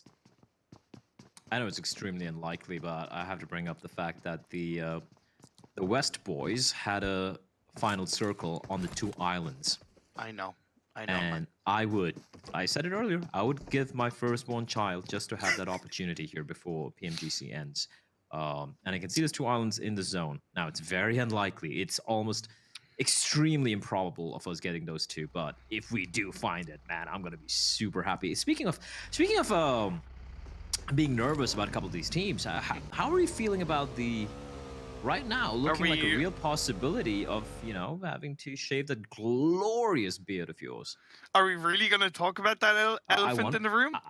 No, we have to talk about it, because this is our final game for the day, right? After this is going to be John and Blank. We won't have a chance to put you under the lights. I want to do that, Imperium. Cool. How do you feel about going potentially clean shaven? Not gonna lie, when I looked at the overall standings after our first game, my heart did definitely sink a tiny bit more. A bit, yeah. But in trust I have on DRS to qualify and the teams below, all not getting the points required. FaZe Clan are about 45 points or so away from, give or take 42 to 45 points away from DRS. But that requires them getting 45 points and also the other teams above them getting their relevant amount of points, right? And right now, I still can't see that happening. We'll have to wait and see. Nova are a team who are, for the time being, behind DRS, so not gonna lie, I love you, Nova, but I also want to see you go down early on for now. They're losing a player. Thank you, FaZe. Paraboy. What? Oh, he strikes. How are they not aware of his position? And Paraboy finding 2, looking for the 3rd. Unfortunately, kind of runs out of bullets as Tony K and Ventor as they come in looking to help their teammates out. But Paraboy, he wastes no time. He finishes off the job, finding both the knocks and the kills. Now Tony K and Ventor is in a desperate battle against Order and Paraboy. Nate is going to be lobbed in. in order, should be able to dodge it. Venturous has still got a couple of HE. Now Jimmy has arrived to the party. FaZe, it was even Stevens for a while, but now it's going to be 3v2, so they need to come out on top real quickly here, and Venturous able to get the knock. Now the 1v1 against Paraboy, and Paraboy doing his best to keep them at bay, while Jimmy arrives in the party, and he has indeed, but it's still quite a distance away. Venturous making quick work of order. Oh, no! Able to get the reply. Knock Tony K with the knock in return, and Jimmy trying to make his way in. Now Jimmy can go for the res on the King. And once again, it's going to come down to a 2v2. My beard, by the way, at the moment is screaming, yes, take each other out. Let me grow, children. Let me grow. But yeah, that's what my beard is so happy that this fight is taking place in a massive way. I know, but I feel for both of these teams, because whatever happens, whatever the outcome, as Jimmy gets knocked, both of these players are going to be surviving the rest of this game with only 2 players. And yeah, FaZe Clan win out overall, which is overall a net positive, but they've lost 2, and trying to deal with Miramar as a 2-person team is so difficult. And Xavier, they're rocking up right beside them.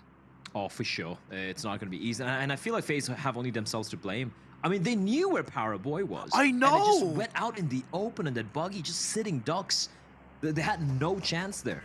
And yeah, FaZe only have themselves to blame, but at least they were able to recover. They get the wipe as well, try to make an escape, but Lamborghini says no, and Venturez, oh no, he's been left behind. And Tony K is running for the hills. There's nothing he can do. He's gonna make his escape, but Frankie's trying to chase him down. Frankie 007. Maybe he realizes he's too far gone, and there we go. The U-turn will happen. But in the distance, Genesis Dogma's like, hark, what are these sounds on the horizon? What is going on there? I said this was going to be like a relatively quiet game for the 5 to 10 minutes, but no, it's all kicking off in the center of the circle. Phase 2 has popped up. It's shifted up north, so it opens up the El Azhar Hills to being controlled. Down One Gaming are in a great spot to do that. 6 to 8 are already on those south El Azhar Junkyard Hills, so that's good for them. And FaZe Clan disengaging away, they're in a pretty good spot. Well, hi boy. Definitely PTR looking good. I'm feeling very uncomfortable for High Boy, though, considering how low he is out in the open looking for these finishes. But yeah, MS John Burry have evacuated the premises, and Tony K. Okay. KKK is alone against what I'll sometimes like to call the alpha wolves in the server. And he's gonna do a good job getting a knock there. That's another elimination, 0.5 for them. He's gonna patch himself up, and that's the opportunity Scry and Action are looking for.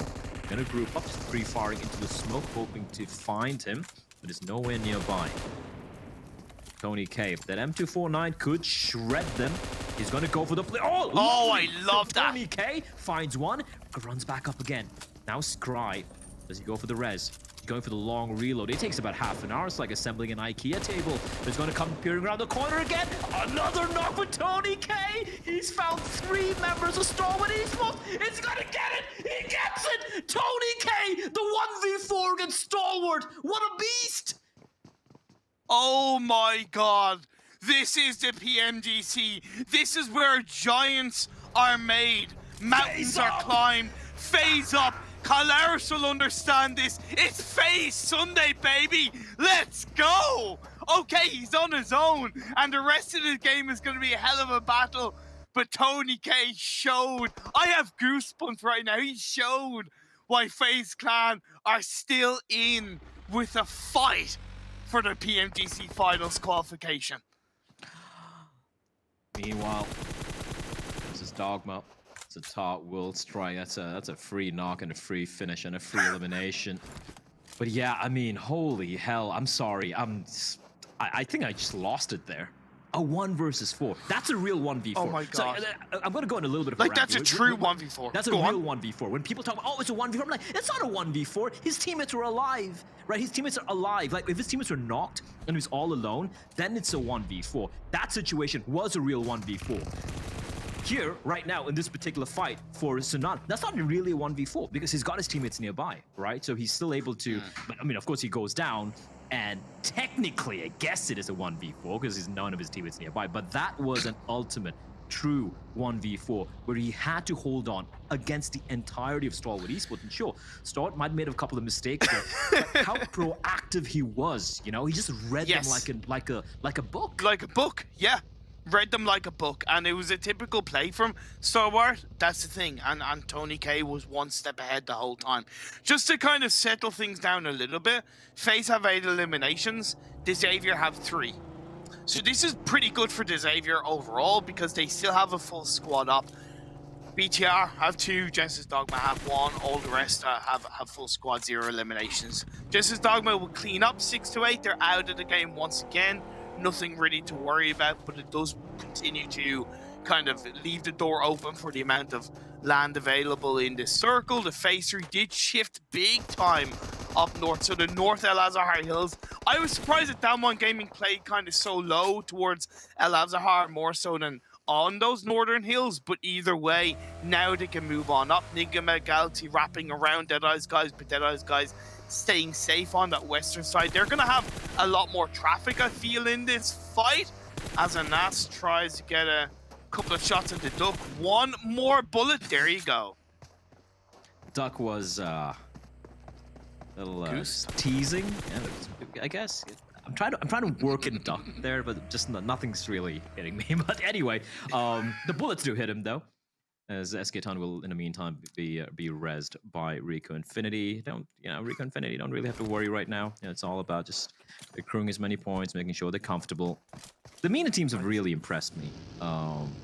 In all honesty, right? Heading into this event, we're like, it's gonna be the SCA teams, the Chinese guys. They're gonna be the ones to do the heavy hitting. As whenever I praise a region or a team, why do they have to go down? Cryptics, come on! I was saying good things about you guys immediately. Like BTR, they get a couple of knocks and a finish, and they're down to just 2 members. El Chapo needs to somehow make his escape. Is out in the blue, and the bullets are riddling that vehicle. El Chapo has to alight. And does he have time to get the heal is the question. He should have time. He should. But still, a very uncomfortable position to be in because BTR, they're going to be hyper-focused on this spot. Predominantly, all the teams are more towards the edge of the circle. Nobody's really in the center. I do get that because the very center is kind of the valley either side of the mountain and you don't really want to be there. But there's a lot more area to control within the circle than what is really being occupied. 4 rivals, Down1 Gaming in 2 of the best spots. You have Nigma, a very nice spread by Nigma, by the way. They are gatekeeping Deadeye's guys in for the incoming circle extremely well. Xavier, off the back of losing Duck, have been able to continue to move into the circle from that western, from the southern edge. You have Infinity pushing in as well to the east of them, and Genesis Dogma should be looking to take a couple of shots into Infinity because their spread is pretty damn good. The thing for FaZe though, right? Like we talk about how they need the points, and sure, they have the points right now. 8 is not shabby at all. But 4th place in placement-wise. Yeah, but they're not going to survive to the top 5, right? It's not going to happen. Tony K again. Yeah. All right, Tony K. He's got a 1v4 against Stalwart Esports, and once more, he has to go up against BTR this time around. Incendiary is going to make life very uncomfortable for Tony K, but he's going to move around. And in the meantime, Reject could potentially third-party their way in and help him out a bit here. That could make things very, very interesting and very possible for Tony K to stay alive. He is harassing these members. And bear in mind, after he took down the member of Stalwart Esports in this very same building, he was able to loot up to his heart's content. So he's got everything to work with, even maybe a kitchen sink. Hi, boy. He's getting the angle, but doesn't quite land the shot. The nade won't quite find him. And Tony K, with Reject having evacuated the premises, I gotta say, I think his luck's gonna run out. Yeah, this one's done. This one's done. I feel for Tony K. I really do. And it was kind of one of those things where can't he just have a break? Yeah, he deserves a big applause because, like, you know, he just didn't get a break. That was like 3 games worth of action for an individual player between the amount of fights he took, kind of thing. It's like a meme of like, it's like, guys, really? Like, I just want to be 4th star with esports. Can I just get a break, please? And BTR, yeah, like, nope. 8 eliminations is still a good base amount of points, but realistically, every single game for FaZe with 4 games to go needed to be at least 12 to 15 points. That is obviously going to be heightened depending on how many points the likes of Xavier and Down One get, even Deadeye guys as well. So we'll have to wait and see. Juni is good with his couple of shots to get a knock onto Reject. That's the strength of Down One spread on the El Azhar Hill. One of the Reject players did go for a wide rotation to the north of where the rest of the team are, and that's where he got caught out. Yeah, as long as the circle doesn't screw over Down One Gaming, they're in a pretty good position, right? Like a lot of free real estate up north. The only team who could kind of throw a curveball their direction would be Dead Eyes guys, who have opted to go for a longer rotation, avoiding Enigma Galaxy. As you pointed out, they were gatekeeping them, and they're going to be making their way in from that El Azhar Hill you spoke of, where Down One Gaming are going to be lying in wait. So things could get very, very messy for the side of Dead Eyes guys. There's 4 rivals. Max, man, he's gone all in with them, and you know what? I'm all in as well. I think, I believe they deserve 1 chicken dinner at the very least before the Super Weekend ends. They do. They 100%. For sure. They do. They do. And it will settle a lot of, to an extent, doubts and even naysayers, kind of including myself, because I do firmly hold the belief of the winning team needs to be able to win games, as much as I can respect the consistency of 4 rivals as a whole.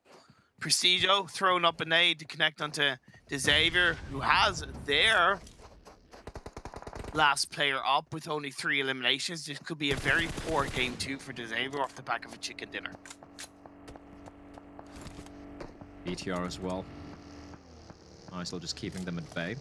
Pop the first kill. Oh, lucky out in the open, and he's very lucky. The timing works out for him.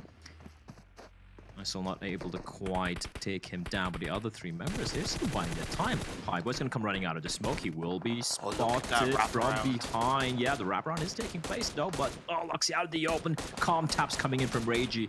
As we take a look also simultaneously at the zone, and Cryptic's lazy boy, is lonesome. He's smack in the center.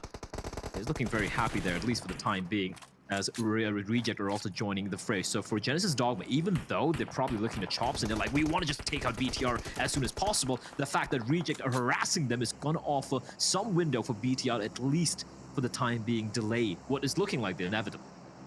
Yeah, the only reason why BTR is still alive is because Reject were third partying, but that nade for Daybot says goodbye, take care then, see you in another game. Yeah, I know, that was like the perfect caster curse, wasn't it? I'm just gonna shut up for the rest of the game then. This is all yours, man. Caster, stop talk, you killed my team. Rico Infinity in the meantime, going up against the might of the Infinity. And Frankie is out in the blue for the Xavier, the last man standing, as you pointed out earlier, but he could kind of ruin their day, and there you have it. He will finish off SK Ton. He's got time as well to patch himself up and make a run for it, but now that his position is known, Infinity should be keeping an eye on him, but they might not know exactly from which direction he's going to be coming in from. Logan, in the meantime, looting up the corpse of one of his fallen enemies, and there we go. Frankie trying his desperate best, but Logan is more than ready. He's going to put him down. 2 members survive for Infinity, Newsy and Logan, but you know, they're sitting pretty comfortable, and considering the zone shift, things are looking pretty good for Reject, I gotta say. Yeah, they are. And just to remind you, Deadeye's guys eliminated in the blue, nowhere to be seen, 1 elimination point. That's why when I highlighted the statistics of them in their Super Weekend in the past, beating Miramar being their strongest map, it doesn't matter because this is the final day and they end this Miramar game with 2 points. It's just not good enough. So it feels bad, man, as they try to continue to fight throughout the final 3 games for their spot in the top 16. Moving on to this game, Down One Gaming. Fabian's being knocked. Sasung is on his own, but Reject has him covered. Come on, 4 rivals. take my power. Take all my power. Try to get this one chicken dinner. Oh, Max, man, I can pretty much see him just wringing his hands, praying to whatever gods he believes in. Reject, I did say they were in a pretty comfortable spot, but yeah, just getting caught on the rotation, and I don't think there's much Duello can do to help out Sarah. He's got to move on in, and the moment he does... Tatar holding, biding his time, just looking to spot him, but Reject have found some semblance of cover. No, never mind the nade. How does it feel, Blair? How does it feel, Blair? Actually, no. It feels amazing. What do I do with this power? Who do I pick next? All right, Sung looks very safe and comfortable here out in the open. Sung's looking good. Sung's looking very good. One health. Oh my lord. Vlad, this has got to be one of the weirdest Miramar games I've ever commentated. None of the teams have a full squad up. Genesis Dogma have 8 eliminations. This is like Sanhok-esque in how this game is being played. Hamodi is knocked, so is Roof. It's just Lord left on his own. Nigma were the one team that had one of the most players up outside of Genesis Dogma, and now they've been whittled down to at max. Well, no, one, because Hamodi, he's not getting away with that one. The good thing for BTR and FaZe, or even though they're out, BTR 7 points, FaZe with 8, right? So they're still going to be like, yeah, it wasn't a bad game at all for them. But if you look at all the teams remaining right now, these are the teams that are at the tippity top. They're going to be feeling comfortable. And, well, there you have it. Sung is gone. I'm so sorry. Lord will fall as well as Infinity. Logan duking it out with Lazy Boy, the last surviving member for Cryptics. Lazy Boy is going to pull off a freak. Unlikely. This Shack should board him alive. He runs out, though. He finally falls. It is going to be Booms to take him down with the explosion. And with that, we're down to the final 3. The Infinity with 2. Genesis Dogma with 2. And 4 rivals. Oh, no. I was thinking if Appy could have stayed alive long enough, Infinity pushing in to distract Genesis Dogma could have been the way forward. It's still possible, but as a solo, it's going to be made so much more difficult for them. Daybot looks to get the confirmation, but Genesis Dogma onto Infinity, that could be the distraction for 4 rivals to come in and swipe their first win. All right, 4 rivals. I know it's just 1 alive, but this is doable. This is possible. And look at Satar and Daybot. They are so convinced. Oh, never mind. I think he's been seen. That was a nade. Yeah. No, he's been spotted. Oh no, 4 rivals, not again. Well, we say goodbye to 4 rivals, and Max and I simultaneously shed a tear. Doozy, his day's looking numbered. Satar could fall. Oh, he almost gets a couple of knocks, but it doesn't take place. The Infinity will be taken down, and Genesis Dogma, they'll look good this entire map, and they will get a very well-deserved chicken dinner. But in all honesty, when we go back to this particular game, everyone's going to remember only one thing and one thing only. It's Tony 4K. Yeah, Tony 4K. Caught Stalwart out in 4K with the 1v4. Incredible resilience. You can't ask for a better kind of solo play. You can't ask for that better moment to an extent seal his position in the history of PUBG Mobile. It's one of the strongest 1v4s I've seen play out. Really like just the way he was one step ahead and saw what Stalwart were going to do outside of the mistakes that were made. But like I said during the game, towards the tail end, this was such a weird game. We saw teams wiped out early on, especially considering how clean the playing path correlated to the phase 1 circle and how nice that kind of overall phase 1 circle was. And even the shifts towards El Azhar Hills, there's a lot of space to play within it, but with it being the final day, teams felt unleashed and the action unfolded minute after minute. Yeah. I want Tony K to change his name to Tony Montana, because that reminded me of that had some Scarface vibes, right? Yes. Tony Montana, he's sitting inside, people are coming into his mansion, it's like, say hello to my little friend, and he just like mows them all down. Yeah, Tony K, he's Tony Montana for me from now on, and that's what he's gonna be. That's what it's gonna be. If FaZe do qualify and they make it, Tony Montana, it is gonna be. We can always ask him to change his name for the finals to Tony Montana kind of thing. But I gotta say, I know they didn't win this game, but we do have to see as this is our final game of the Super Weekend stage. Infinity, what a performance they've shown in the PMGC. Over 100 points coming into today's games. it doesn't matter. Even at the end, they're still there. It's just amazing how consistent they've been, and I'm looking forward to them in the finals. Oh yeah, for sure. Like the fact that even though they're tippity top, they haven't put their metal off the pedal. I'm very impressed with them. Jason, take it away. I mean, Tony Montoya, what about Tony 4K? I mean, this man pulled off a 1v4 there against Stalwart, and it blew all of us away. I think Tarzan just getting like a quick drink of water, and he had to run back to his computer because he could hear us screaming of what was going down there. But we'll get to it in a second. We're talking about, obviously, Genesis Dogma here. 29 points, a big win for them. Infinity in second place, 4 rivals, not quite there when it comes to it, Max Ben. Yeah. But either way, I mean, the top teams taking points is not bad for the bottom teams.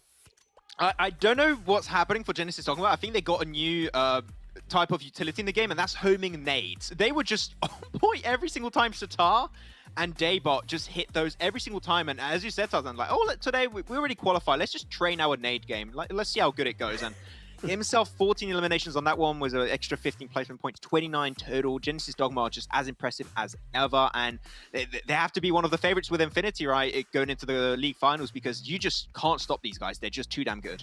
Man, like, they were one of my favorites, to be fair, and I was a little bit, sad to see them perform, under the radar, kind of, just not quite there the past few days, but they are back with a versatile playstyle, and I think without them, it would look very dire, maybe for the East. Not really the case. I think it would lack a lot of colors without them, so the Komodo Dragon, as Blank called, are back from this game, and it's about time.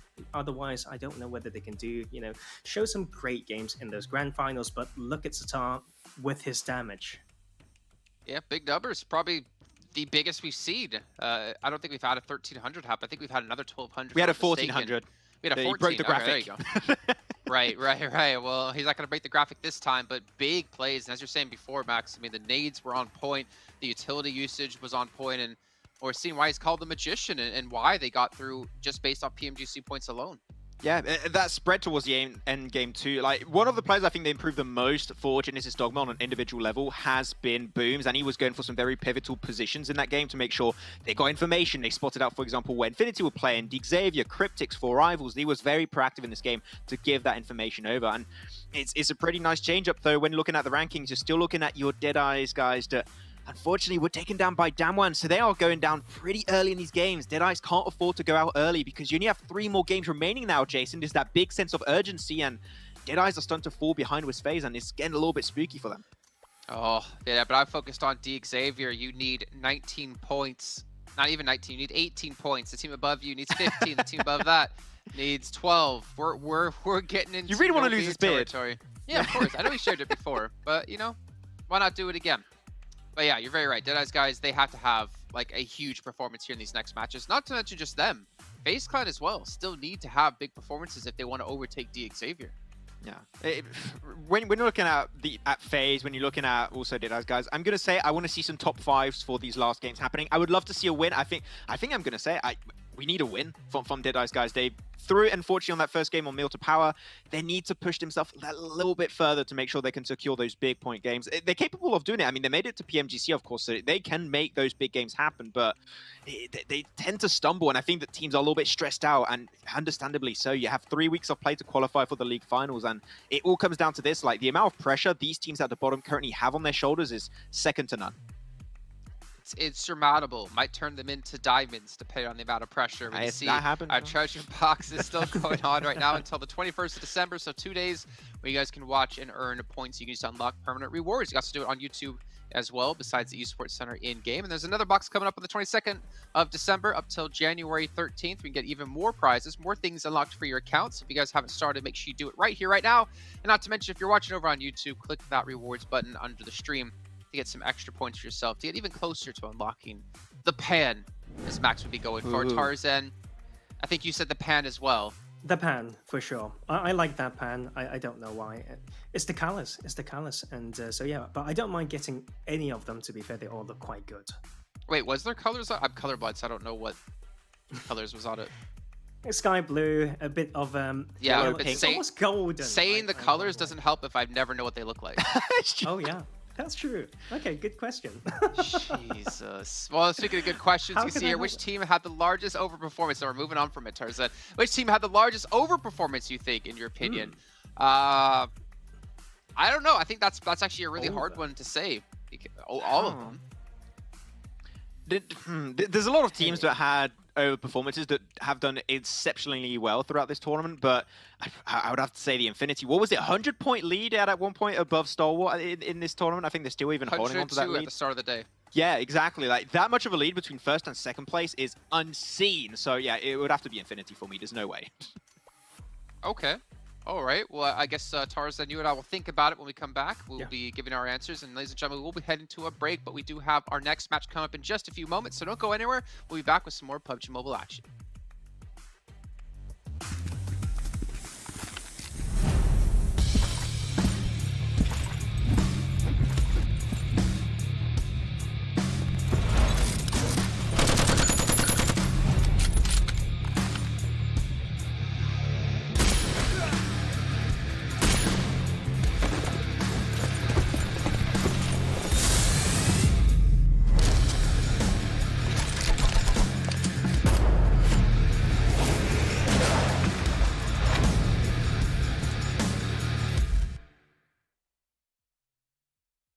Oh my god! It's Ragey with the 4v1, taking down the whole... He came in from the grass!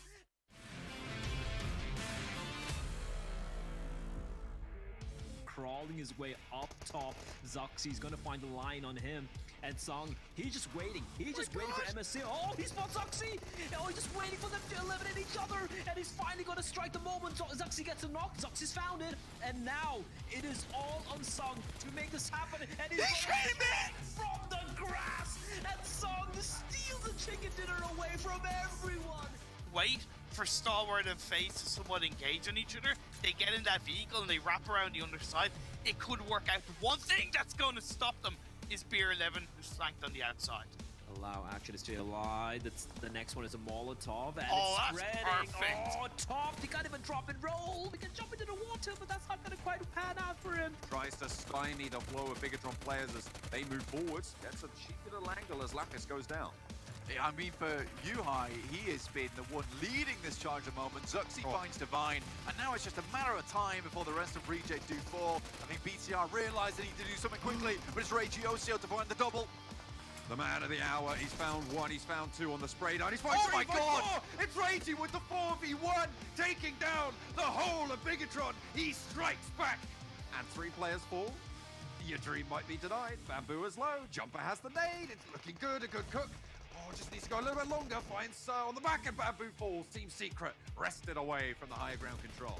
But they are in the most uncomfortable spot amongst the 3.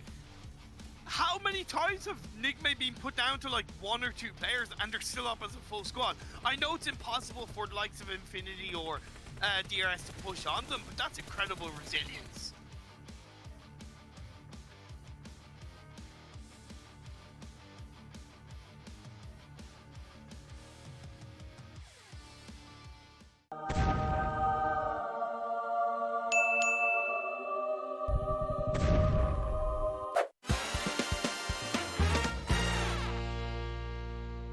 So far up the leaderboard.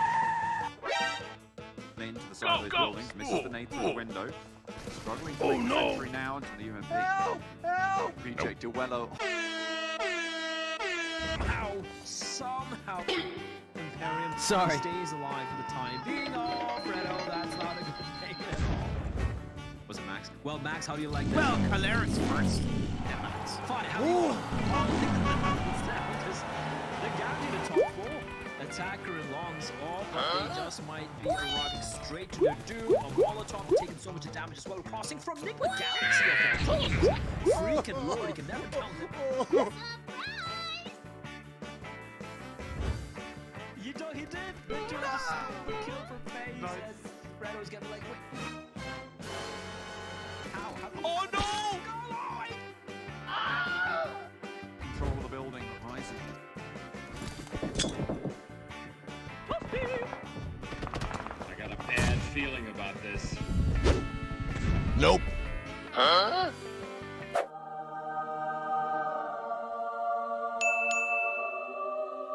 No! God! No! God, please, no! Come on!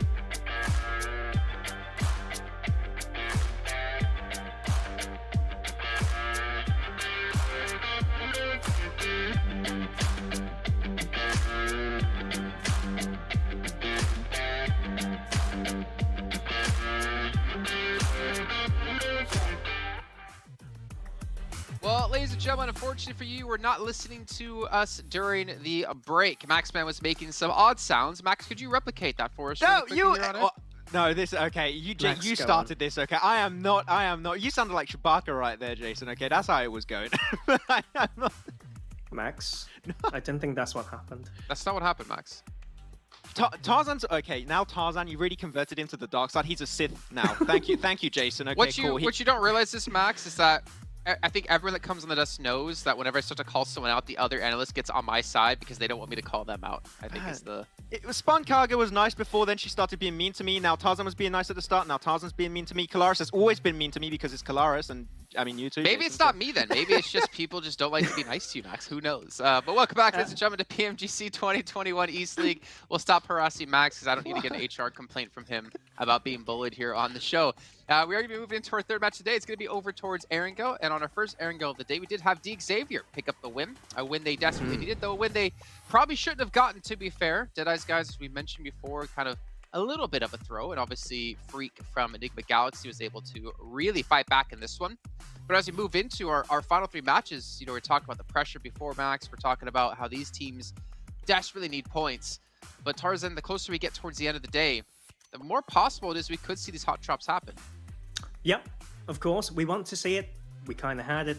We want more. But to be fair, Max made a very good point when we were watching at that first game, is the fact that Team Secret not being in the lobby opens up Stelben and Kameshki, and we can maybe see some of these teams using that option if they don't want to have that hot drop style. Like, these type of adjustments are still extremely important. So yeah, Max, I hear you. You know, I give you the appreciation when you are on, on point with those. And so yeah, I want to see some adjustment coming through. But to be fair, hot drops would be my preference. Okay. Really quickly here, I feel like we just really bullied Max so much that he's afraid to talk. Did you know, Max, that OnePlus is our sponsor here at PMGC? Did you know that? It's true. Yeah, I did. Yeah. Man, that's great. Look at this. It's good. Yeah, with its flagship performance and immersive 120 Hz display and hyper-touch technology made specifically for gamers, OnePlus 9 Pro, your best shot to climb the leaderboards. Okay, you're trying to take it over hosting again. It's all on you, Max. Have fun. You gave me some space there. I did not call for you to answer that. No. Okay. Wow, look, good numbers from Satar. I mean, yeah, most of those been eliminations from Nazen. 16? Okay, that's a big number coming out from Satar. I think most of those were actually nades that just came in onto reject, came onto full rivals at some point too.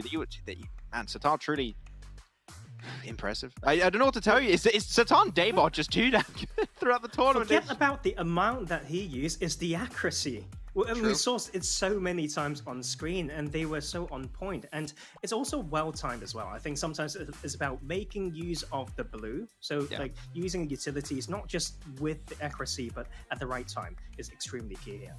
Well, you mentioned time before, and well, we are running out of it here. So quickly, let's get our predictions in. For me, Infinity, you, Maxman, who'd you go for? 4 rivals. Keep on going. How are you? Tarzan, who'd you go for? Bigatron, Red Aliens. Let's keep going.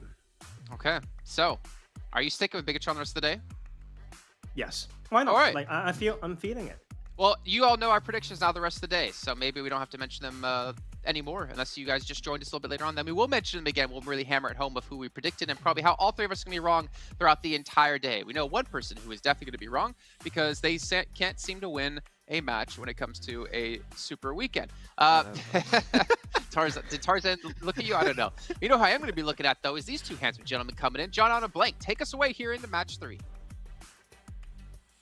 Thank you very much, Jason. Yeah, we've had a record-breaking set of points coming on through towards the bottom of the tables. That bubble is bumping up, and it's only going to get bigger. Blank, it's all to race for at the bottom of the tables here.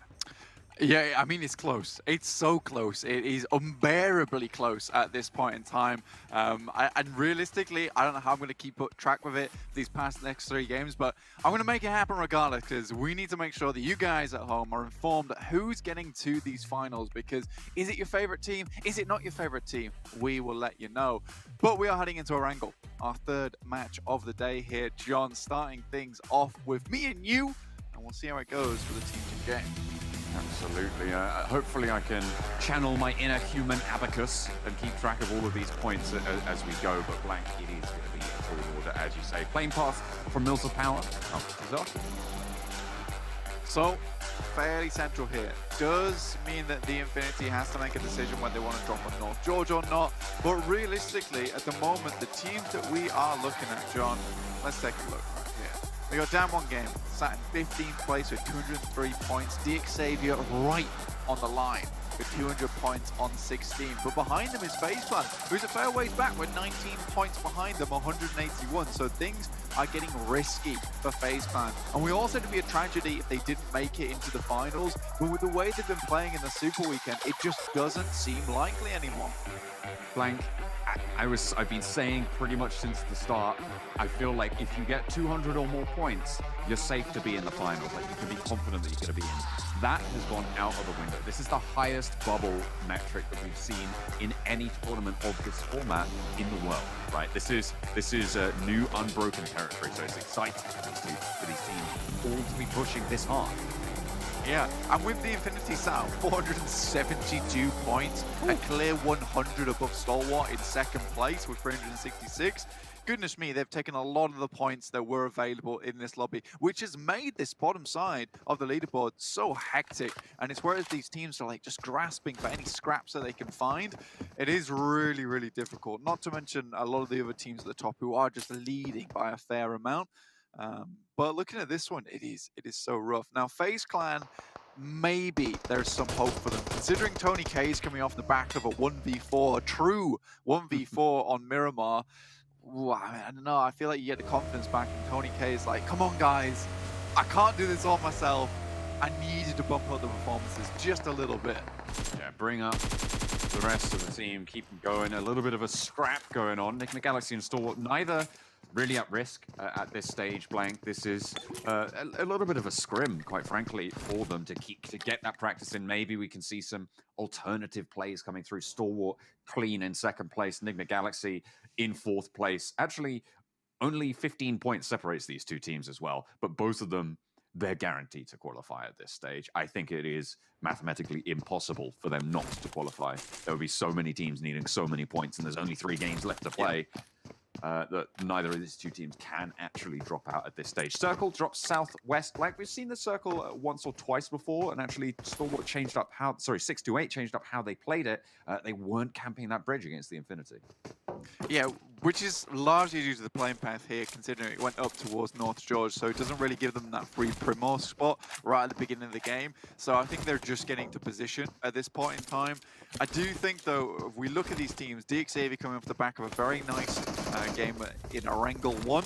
Okay, this is actually the 1v4 here. So top goes down, into the next, into Scry, finds the fourth. Honestly, what a lovely little replay we get from there. And he made it look so good. And it really was under pressure with him being so low as well, John, at the beginning of that fight. Yeah, absolutely. Getting that nade through the window, excellent. And the double spray down, he broke up that fight phenomenally well. And maybe, maybe they could have played around it a little bit better, gone a little bit more cohesive, or maybe not as aggressive. But you know what? When you're against one player, sometimes you just don't think that it's going to happen like that. I mean, we saw it with Reiji on Reject, and now we're seeing it again with Tony K. I think that the funny thing is for me is like that M24 is probably the perfect 1v4 weapon as well, considering a lot of the fights when it comes to these clutches are lost during reload animations and switching to your secondary weapon.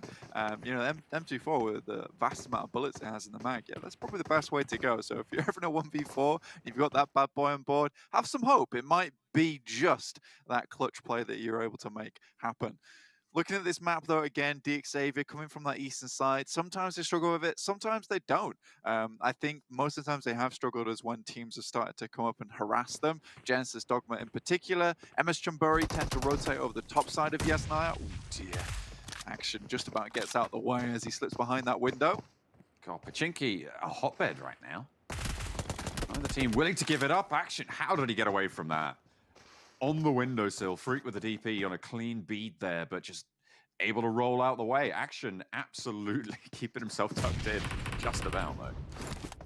Oh yeah, the bullets are passing right through this guy. So it's a little bit unfortunate.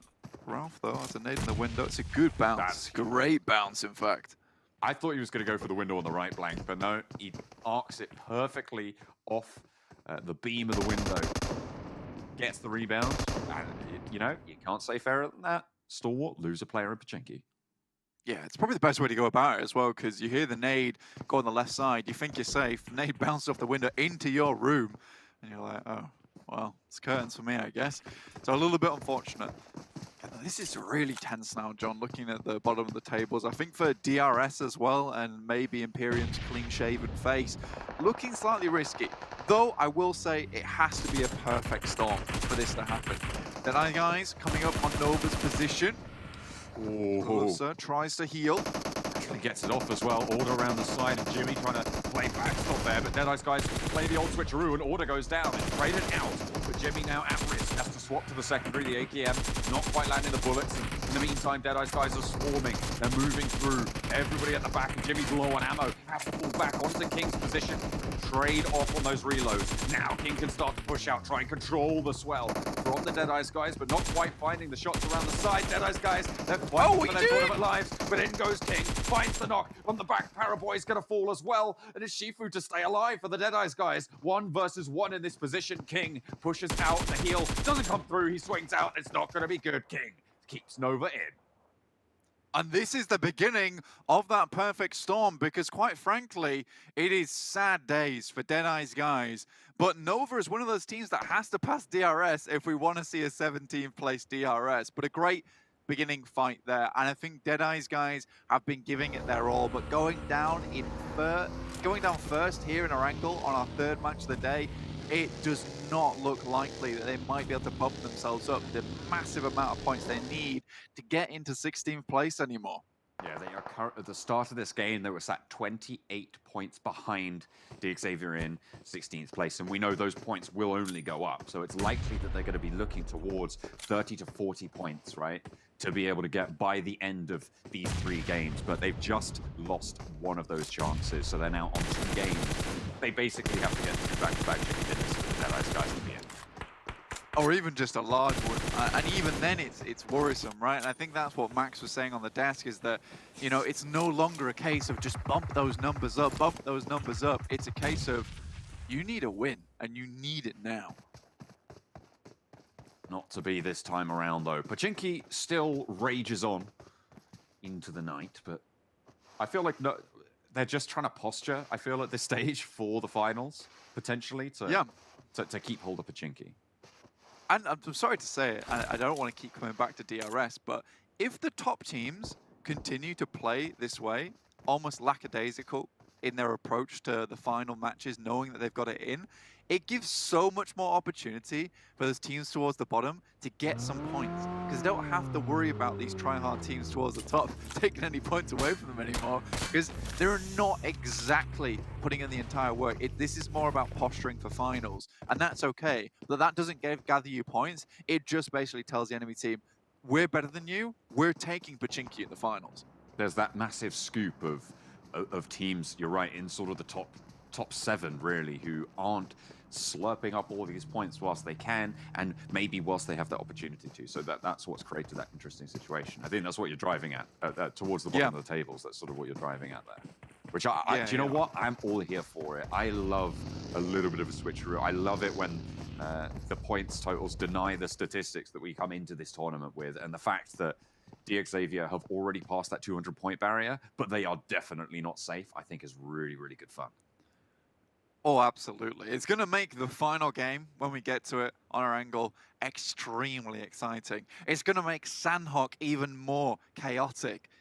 It's going to be mayhem on Sanhok, that's for sure, when we have our next game, purely because, you know, that's such a dice roll of a map. And you have to be very good to get consistent wins on it. And I think one of the only teams I think has figured out Sanhok is the Infinity. They're one of the only teams that I think to myself, you know what, they're fantastic. Now, you could maybe argue Nigma Galaxy, but I think figuring out that you can heal out the blue isn't necessarily figuring out Sanhok. Or is it? Or is it? Who knows? Never know. Max's horse in the race, 4 rivals. Going to be rolling around and under the purview of DXavier, one of our crucially placed teams, 16th in the tournament right now. Every point, every single elimination, every time they ladder up, another bead of sweat drops off their brow. It's just not where you want to be right now. Not at all. MS Chimbori dropped down to Pattaya Hill, so not going over the top of Yes9 here, which is fair play considering we get the circle down towards the south side anyway. So we're going to hang out here for just a little bit longer. Blue starting to come in as well. So most teams already within this circle, no problems whatsoever. Stalwart not dropping on top of Novo means that Pachinki is where they will be landing, so there won't be any more teams coming out that way. The Infinity coming up now against Reject. The knock in the compound, by the way, wasn't from any of the players in the compound. It was Newsy over on that hillside with a sniper. Taken down Origi. Has been knocked across the way. Actually, it was both the off angles. Okay, so he's handling the off angles. Duello stuck in a sticky spot. Manages to vault into the window to avoid the majority of the damage. Sarah on an off angle. I mean, he popped off in big ways in that Erangel. But has to hold out against the top dogs themselves. The Infinity for now will stay alive.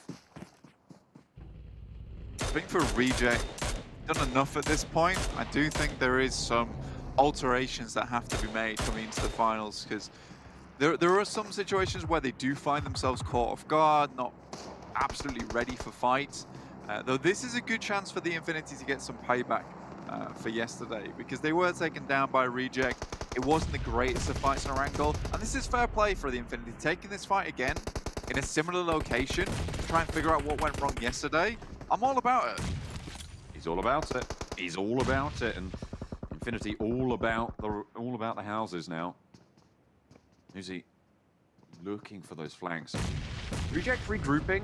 I feel like they want to go for this fight. I feel like Regi's moved into the rest of the team there. Obviously needed to get rezzed, and they did manage to do so.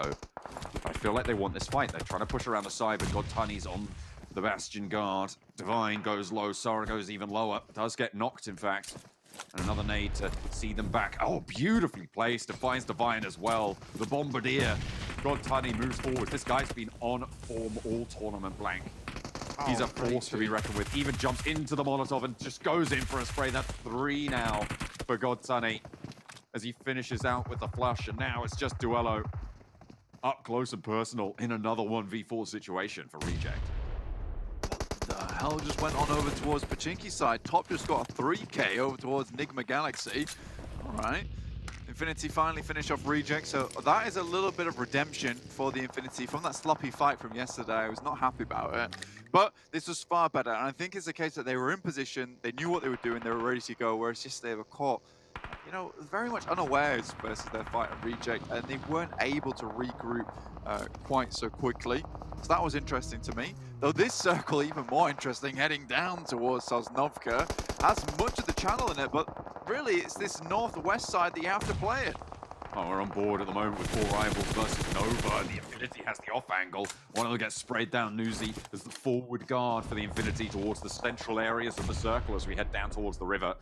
But as 4 rivals locked in combat, Damwon getting ahead of the game. They didn't think they'd be at risk at the start of today, but they are as well. 4 rivals, they're just being peppered from every single angle. Nova, they've been given a little bit of a lifeline here by the Infinity. Powerboy with nade in hand. Having a fantastic tournament so far. On the other hand of things, it's 4 rivals who've just slipped away from the top of those rankings. Nova down to 3 players, so it's imperative they get that 3rd player back up again. Another nade tries to send it inside the crate. Does a little bit more damage. This is more about making sure that res doesn't go through quick enough. Now with Nova having all their players back up again, they can start to think what they want to do next, but aware of the other teams around them, specifically the Infinity. FaZe, one of our crucial teams. A team that really needs to pop off to be able to see themselves safe. Ooh, that's a bit short there, Tony. Ooh, got to be careful. Get back behind the geometry. Does go off in front of him. Cryptics. Maybe given a little bit of a bamboozle there, but the 1v4 master himself pops a long nade in, and a lot of damage to Lazy Boy. El Chapo's got an interesting position on the backside, though, so FaZe will have to be aware of that, hopefully, when it does come through. Core Pilot being supplied a couple of smokes to get him into position, but it's Tony K once again. Goodness me. What's happened to this guy? He's been injected with just determination to fuel him through this last day. Goodness me, he is absolutely on the ball, on the swivel, looking for the res of the Corpi as well. He's a machine, keeping FaZe going in their darkest hour. And what a time to do it as well. If you're going to stand up now. Ventores, though, not going to be so lucky. Does go down, and Tony K, look at him, he's immediately on the response. Moves into position, Lazy Boy trying to move forward, he takes a bit of damage, hits the deck, gets to safety, and repositions behind the building, makes the successful drop. And Lazy Boy controlled for now. Grim, grim circle. Honestly, you've got Genesis Dogma and Damwon Gaming basically playing for those points at the moment, but Genesis Dogma got a really strong spot. 6-8 equally in a very good position, but FaZe absolutely need to win this fight out because it's the path into the circle that Cryptics are trying to take. FaZe are currently playing guard dogs at the moment. It's the off angle for Cryptics you have to be worried about. Tony K steps up for the fight with Lazy Boy. Senke being dealt with by Corpai in the meantime. Vintor is slowly losing health. One knockdown on the coastline, but Tony K does fall there on that beach side. And with it, FaZe might have a little bit of an opening, a wound to be pressured into by Cryptics, but a nade downhill from MR5 sees Marshall slowed. I mean, with only one player up in MR5 now for FaZe, with all other players down on knee, goodness me, it's stressful. Lazy Boy does pop up. MR5, he has to stand strong now. Senke on the off angle could be crucial into this fight. MR5, his time is running out, it's ticking away. Venturus falls. Senke, information given over that he's pushing. He knows it's a 1v2 now against Cryptics. Goes out wide, they line up for him, and he gets one. He rebuffs the first. Senke now up for the fight. 1v1, both last standing for their team. Senke around the side, FaZe fight for the tournament life, but he goes down, and MR5 will not stand up to the test. Cryptics take control, and they crucially get a couple more points and get a little bit safer to getting over DRS. 2 games remain now for FaZe, and it's so unlikely it's going to happen. There's still a chance on the board for them, but still going down to Cryptics, not great. Honestly, Nova now has to battle versus God Tunny, who's feeling fresh off his last fight. Finds one, swivels a 180 for the second, and the spray down is good. King cannot stop the usurpers to the throne, and the Infinity dominate in the gas station. Infinity now has to sit back, sit tight, get those players back up again. Again, though, if the Infinity takes this game, it just opens up the bottom of that leaderboard once again. It is so stressful for them. 6-8, I think this is a real opportunity. You know, yesterday I said that I appreciated their playstyle a lot more. Again, they're tight-knit today. It doesn't feel like they're trying to do anything crazy. We see far too many hard splits for them in terms of the team. But I think this time 6-8, they're playing much more as a team unit. Whenever we see plays come through from 6-8, it's often one solo player kind of doing something in terms of a 1v2 or 1v3, but there's no backup. And I think that the 6-8, that's so important, but TG13, how does that happen? Opens up a little path into the circle for himself.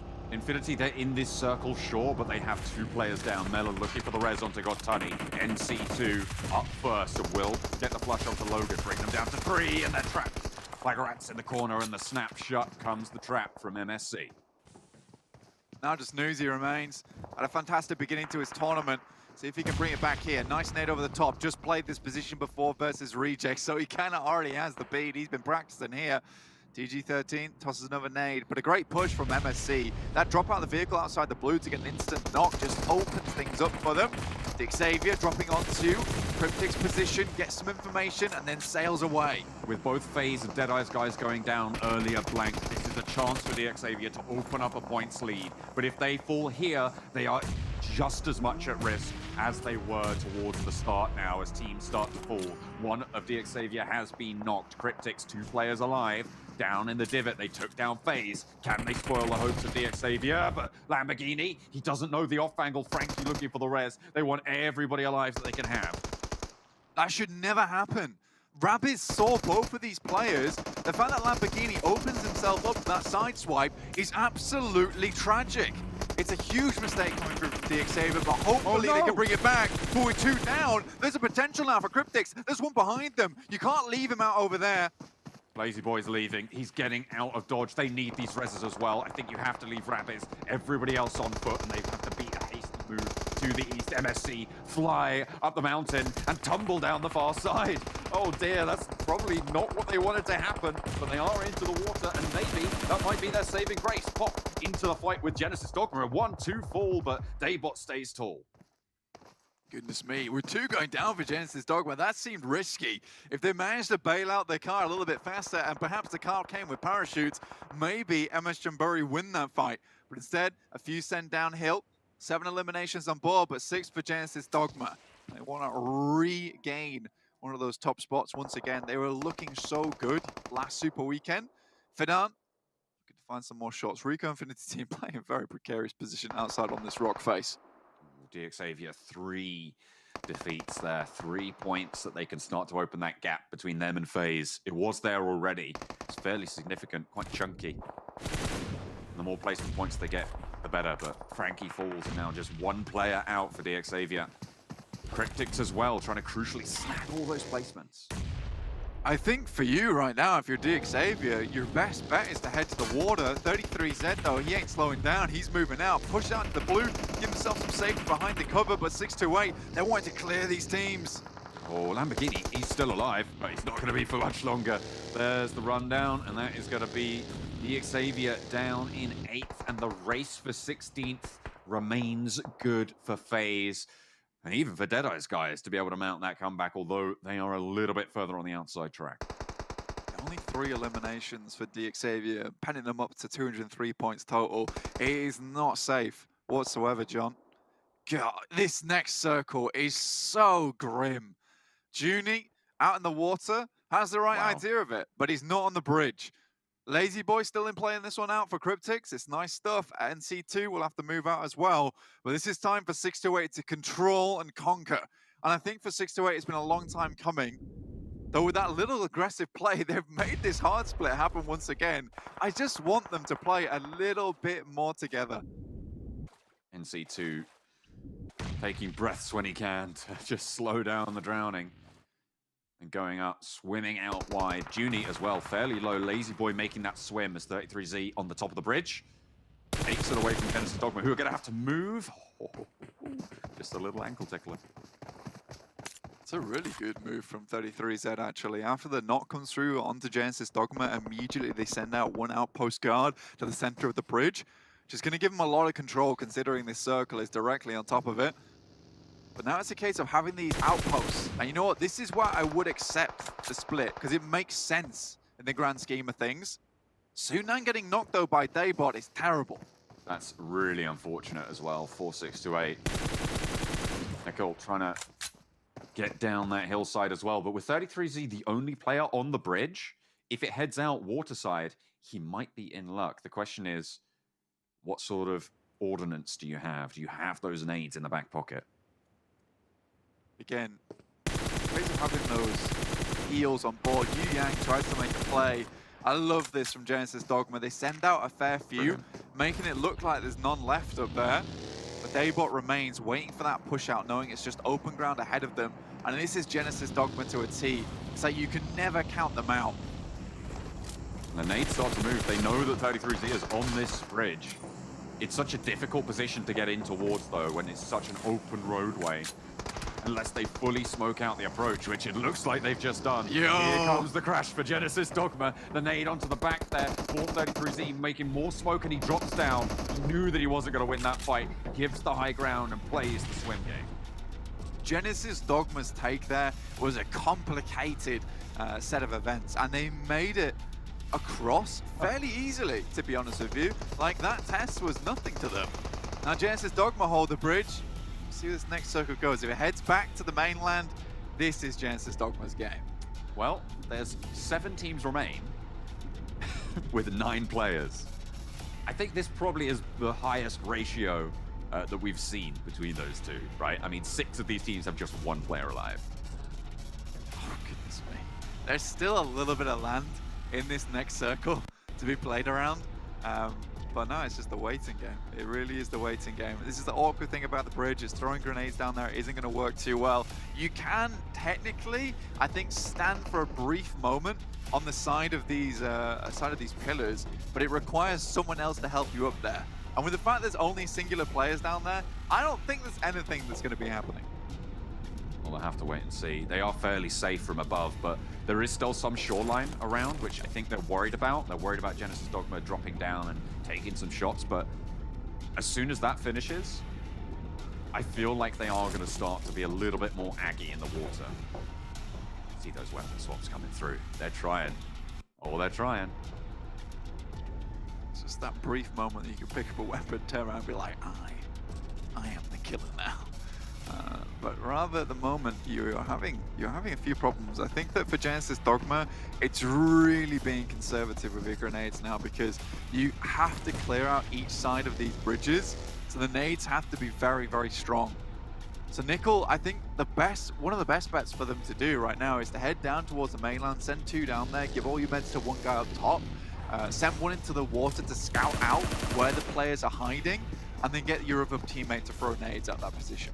Yeah, I mean, you could see there, Nickel on no first aid, drop those over most likely. And they have a massive advantage as well to be getting on with. This is what the teams behind the pillars were worried about, having a player on the shoreline to deal with. Yeah, because it means that if we see this next circle move towards Nickel, yeah, there's Satar. This is exactly what I wanted to see. This is perfect. We've seen it go wrong before though, Blank. Yeah. Yeah, we have. I have seen it go wrong before. I have faith in Genesis Dogma not to make that same mistake, honestly. Yeah, no, it was unfortunate. The last time it went wrong, yeah, it was a little bit of a misplay. The player on the top of the bridge dropped down into the water without healing and not going down, and actually ended up losing. It was the stimming which was the problem. Yeah. Yeah. You've got to make sure if you have to drop down, you have to stim. I think this is the exact same circle. I think the other one was on the Georgia Pole Bridge. Yeah, actually it was. Ooh, give me that loot box. Satar's like, wait, hang on a minute. I can move the loot box in the water. All right. Cool stuff. I like keeping that away from the other teams. I like the little bobbing animation that comes up when it resurfaces again. Yeah, it's gorgeous. Either way, let's have a think about this, John, because who really needs these points? Damwon and Cryptix. Junie absolutely needs it. I think Cryptix is fairly safe at this point, to be honest with you. So I think for Junie, the top 3 placement is you can go for it from here. This is a smart play. Okay. Getting into the buggy. I wonder if they've used all the nades up, because you can throw nades from the back of the buggy. Oh, he's on the land. And damage in water. There we go. He's on land. He's on land. Here comes the nade to the long pillar. But everybody's watching that now. That is gorgeous. Falls. Oh, it's whack-a-mole now, Blank. Oh, dear. Isolating that pillar. Divide and conquer. Everybody scatters. It's nice to be worried, though. I mean, if players start to surface, you can see Lazy Boy moving through. He will spot Satar. Looking to move to the coast. He's not going to be too worried. And C takes a lot of damage. Judy staying right at the back. Lazy Boy into the buggy. Satar probably knows about this, but he gets the heal off as well in the back.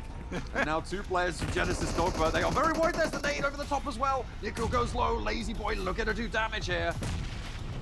As Stalwart get eliminated as well. Judy laddering up and up and up. In the meantime, Lazy Boy has to heal, but will not go further. Cryptix down. Now 14 remain. Yeah, this is perfectly played for Genesis Dogma. And like, you know what? I thought they didn't have any nades left, but they were waiting until the zone had shrank much further to, eliminate the possibility of error from these nades that they were throwing. Honestly, what a play from Genesis Dogma. I think they maybe watched that circle and think like, what would we do in this situation? And I think they figured it out. This is really cool stuff. They've been theory crafting. And there goes the crate again. I love it. They're repositioning this crate really nicely. Everybody's just swimming around, and there goes MS Chonburi. Down 1 Kia, but no, he falls down. 3rd place, though. Excellent point scoring total there for Damwon, and now just 1 player remains. 3 first aids for Daybot. Doesn't have any stims, though. It's fine though, because in that last game, the issue was there was a singular player with full HP, and that was the problem. Here, for 33Z, he's got no HP, and he's most likely going to die to the blue.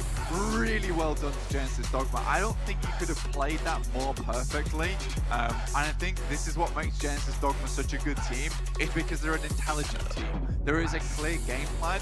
from that lighthouse to the top of the bridge, to the underside of the bridge, clearing out players on pillars, it was a very clear turn of events for them, which happened in sequence. And I really am very impressed.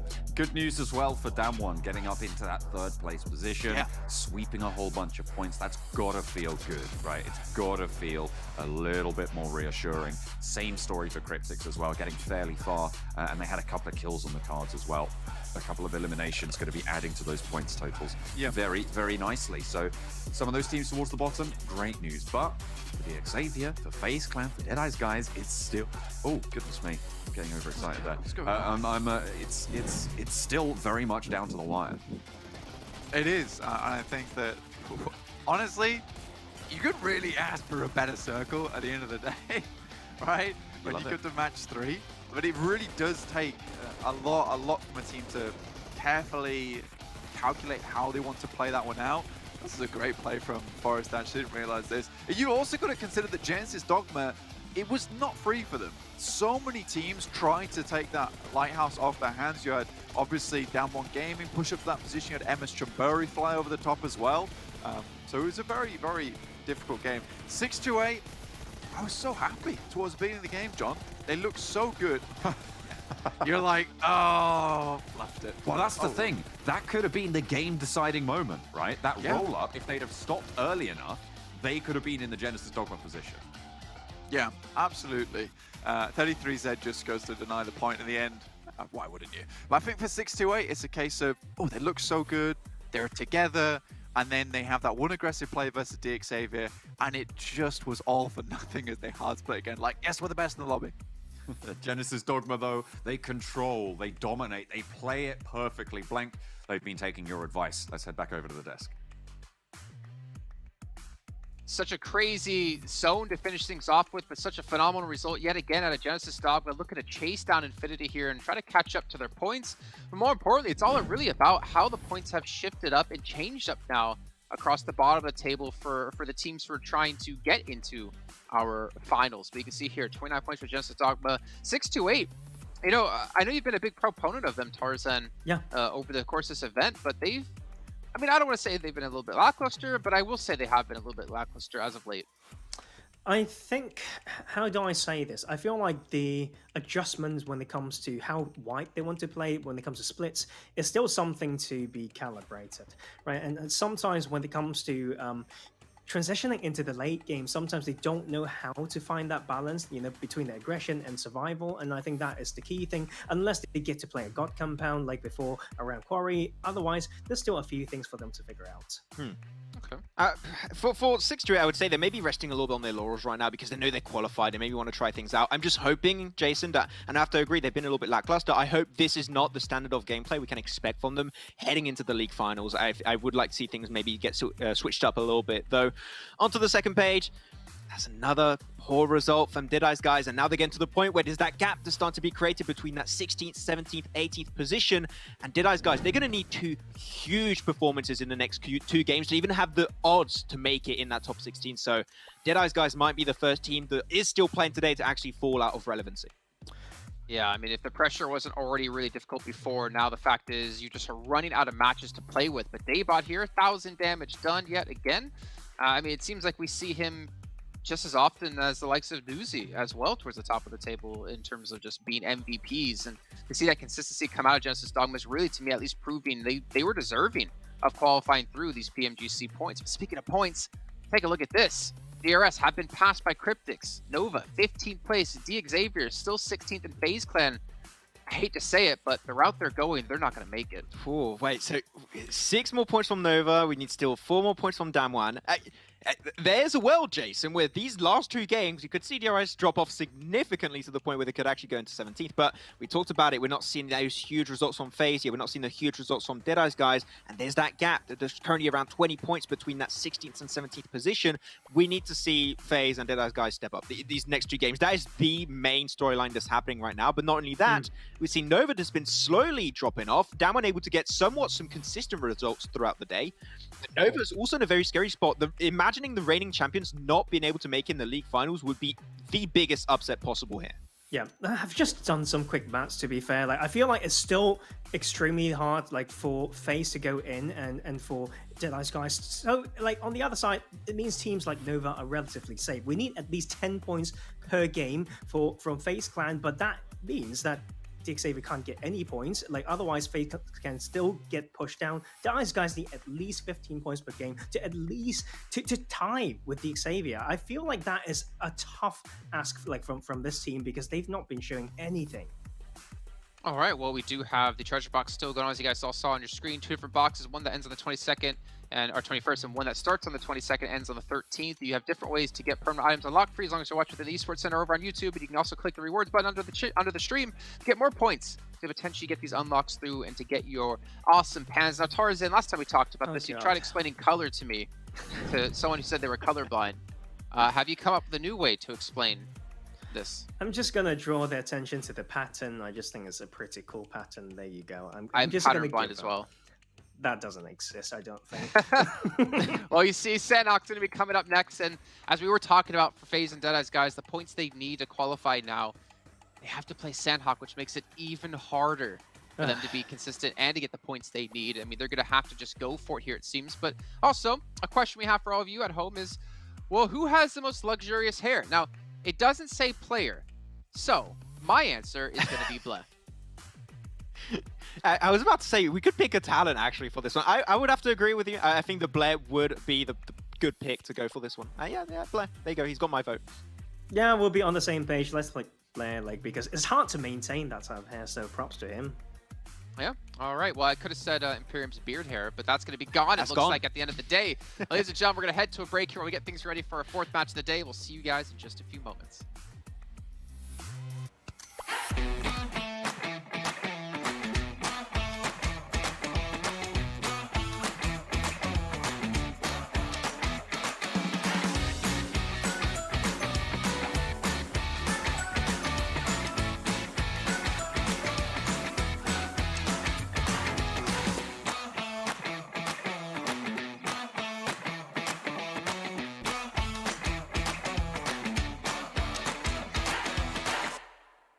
Really is a... Oh! Do this to them! I'm so sorry! You've killed them! Look at them!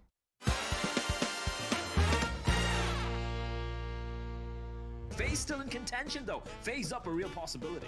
Really? I think it really is a... Oh! No! Oh, no! It's FaZe down!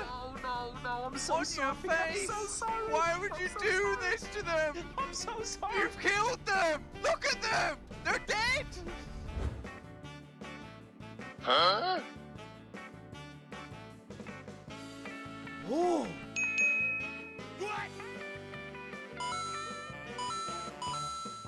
Excuse me.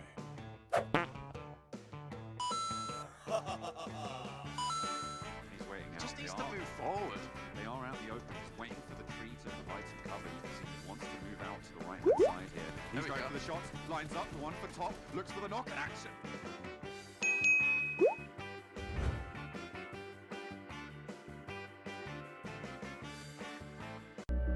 I saw the first light, the first steps. Now I see much more. I capture Earth in all its beauty. I see action. I see drama. And I see it in the finest detail. Moments of inspiration. And the first steps. I am the 1+9. Welcome back, everyone. Looks like Bleh has won the talent vote. I'm assuming he's going to win the fan vote as well, but unfortunately not going to see him anymore today here on the show, as John and Blank will be taking out the rest of the matches. But gentlemen, it's do or die time now. 2 matches left to go here for some of these teams, and I honestly can't tell you what's going to happen, except the fact that I kind of hope, you know, it feels bad that I hope a team doesn't qualify, but it's for good reasons. It's for Imperium to shave the beard, and obviously we'll see if that does happen when we do get to it. But Sanhok next, guys, and it's 100% for these teams. I feel like going into this, no matter what, you're thinking, okay, most likely we have to heal strat this. Yeah, heel strats are going to come on through. I mean, that's what you always expect when you have one of the last Sanhok games that are coming into the equation. But I have one big question mark for this game. This actually has a huge repercussion on our top 16, is we usually have that Painan fight that's happening between Nova and BTR. My question is, are Nova going to commit to an early fight versus BTR in Painan, taking that huge risk super early on to potentially lose the entire squad and get 0 points, or are they going to go for a secondary drop? I'm hoping for the latter. If so, that's a good change from Nova, but as we know, they are a very stubborn team. They don't like to change their drop, so if that happens, Nova just have to win the fight. There's no question here. Yesterday, that was the focal point from my prediction, right? Like I picked I picked Nova actually, but then BTR continued to go to Pioneer and they won yesterday. So you know what? Like it might be just red and black again, but I may have to lean towards the red aliens. But it's also on the Northwest Island that we're seeing something interesting, right? We talked about 628, but to be fair, they were the only team that have really targeted drops to hunt a team down, and they did that against MS Drimburi yesterday off the north of Cam Alpha.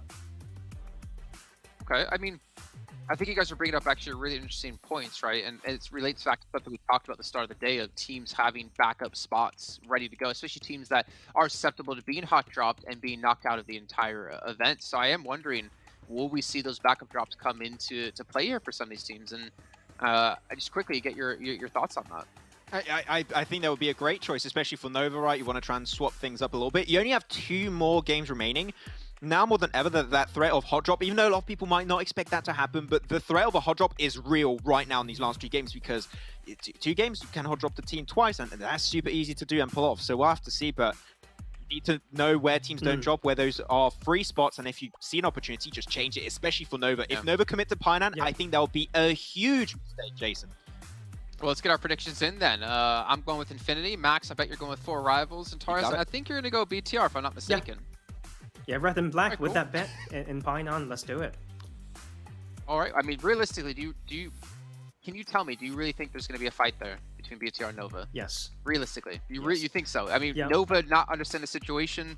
I feel like they are 1-for-1 right now. Like when it comes to them fighting in Painan, I feel like it's an ego thing as well. They don't want to leave, but BTR have the edge last time, so they are going back. Bro, if ego gets in the way of me winning potential, exactly right. Yeah. I don't want to see it, but that's a tough ego. That's a big ego to have if you can't keep that thing in check. I mean, it's going to come down to that final match here after this one, but it is the penultimate match of the day, and it is John on a blank to take us straight into it. Here we go, the penultimate game of the Super Weekend run. It's been a marathon for a lot of these teams, and the Infinity stretched out to a lead that is nigh on unsurmountable now. Blank, they will be claiming that top seed spot, but everybody's eyes on the bottom of the tables. Will DRS make it? Probably. Is it fully guaranteed? Absolutely not. With FaZe having to get 37 points total the next 2 games, there's the T drop, as I'm now naming it, the very cool drop. It's Nova versus Bigatron. This fight has to go well, you know. I mean, Nova still has to jump DRS for it to happen, but in a way, I think we have to feel for DRS in the situation as well. They're probably praying right now to make sure they get it into the finals. They did leave themselves an awkward placement points total with only 218, you know. To be fair, we said 200 points and you were safe, so they hit that. Fortunately, it's not the case here. They do need to hold on to this spot just a little bit longer. Again, though, this would require a FaZe win on Sanhok or on Erangel. One of the 2 is great. We know FaZe does well on Miramars, but it's now these 2 final matches of Erangel and Sanhok where they have to stand up. It's a rough one, John. It's a really rough one. In big ways as well. And we're on board with this Painan fight right now. I mean, you can see Order's position. This is where he controlled the fight in Painan last time around. Got a couple of really good off angles. Paraboy up on the roofs, finds the forward outpost. Liquid is going to take a tumble. Really can't defend that. Bigatron lose a player early. Luxy spotted as well. Zuxi too close to comfort. Too far from comfort? Sure, let's go with that. King moves up to that off angle, and I feel like Bigatron just have to get out of here. Yeah, it's time to leave. I think if Nova have figured out anything from their previous engagements with Bigatron, it's that this fight is now going to stagnate. Bigatron's very good at holding on for a long time, but if Nova just sticks around, plays it safe, they can quite easily get a full squad wipe without losing any members. I think last time we saw Jimmy taking a nice off angle, unfortunately didn't really come to pass with Bigatron being able to make some big moves. Cryptic's ever so close to FaZe in this situation. With the high ground as well, it is worrisome for them. But let's just roll it back just 2 seconds, because I said it's 37 points for FaZe. Oh no. Knock DRS out. This is a bad start. This is a very bad start here. Losing one off the bat, terrible. Terrible stuff. I said it was 37 points to knock out DRS. I'll have a chance to knock out DRS. But in happier terms of things, they really just need to get up to a 210 point mark, I would say, by the end of the day. And that should be okay. That is a guesstimate, by the way, just so you know. 210 point mark would be nice. A little bit further than that would be good, but it's nowhere near needing that ridiculous point margin to make it in. But losing one straight away, awful stuff. That's really not great at all. The race that they have for themselves is against DXavier. Sure, they might not be able to cross DRS Gaming, but it depends on DXavier's performance in these next 2 games as well. It could be all the more dangerous. Currently, an 11-point gap between the 2 of them, with DXavier in the lead on 204. I think for FaZe, here at least on Sanhok, you do have to be worried about that chase as well, because DXavier have been improving their Sanhok massively. I think that stopping this fight with Rico Infinity teams earlier in the tournament was a really big change for them. And playing from this eastern side, nice and slow, kind of emulating the style of the Infinity early on, which is a big 4 split, giving you a lot of room to breathe. And with you having your back at your coast and clearing that out early, you really only have to worry about this 180-degree angle in front of you. And I really like that play style, especially the beginning of Sanhok, because it gives you so much time to figure out where you want to go next. You do have Lamborghini ridiculously close to 4 rivals, though, which is worrying, but he should be able to stay safe. Sanhok is a game of hide and seek, really, a lot of times, and there are a lot of places to hide. Fortunately for FaZe, not only have they had to deal with Cryptics, now they're having to deal with Stalwart. BR11 slowly making his way up to Scry's position. I feel they know exactly where this guy is.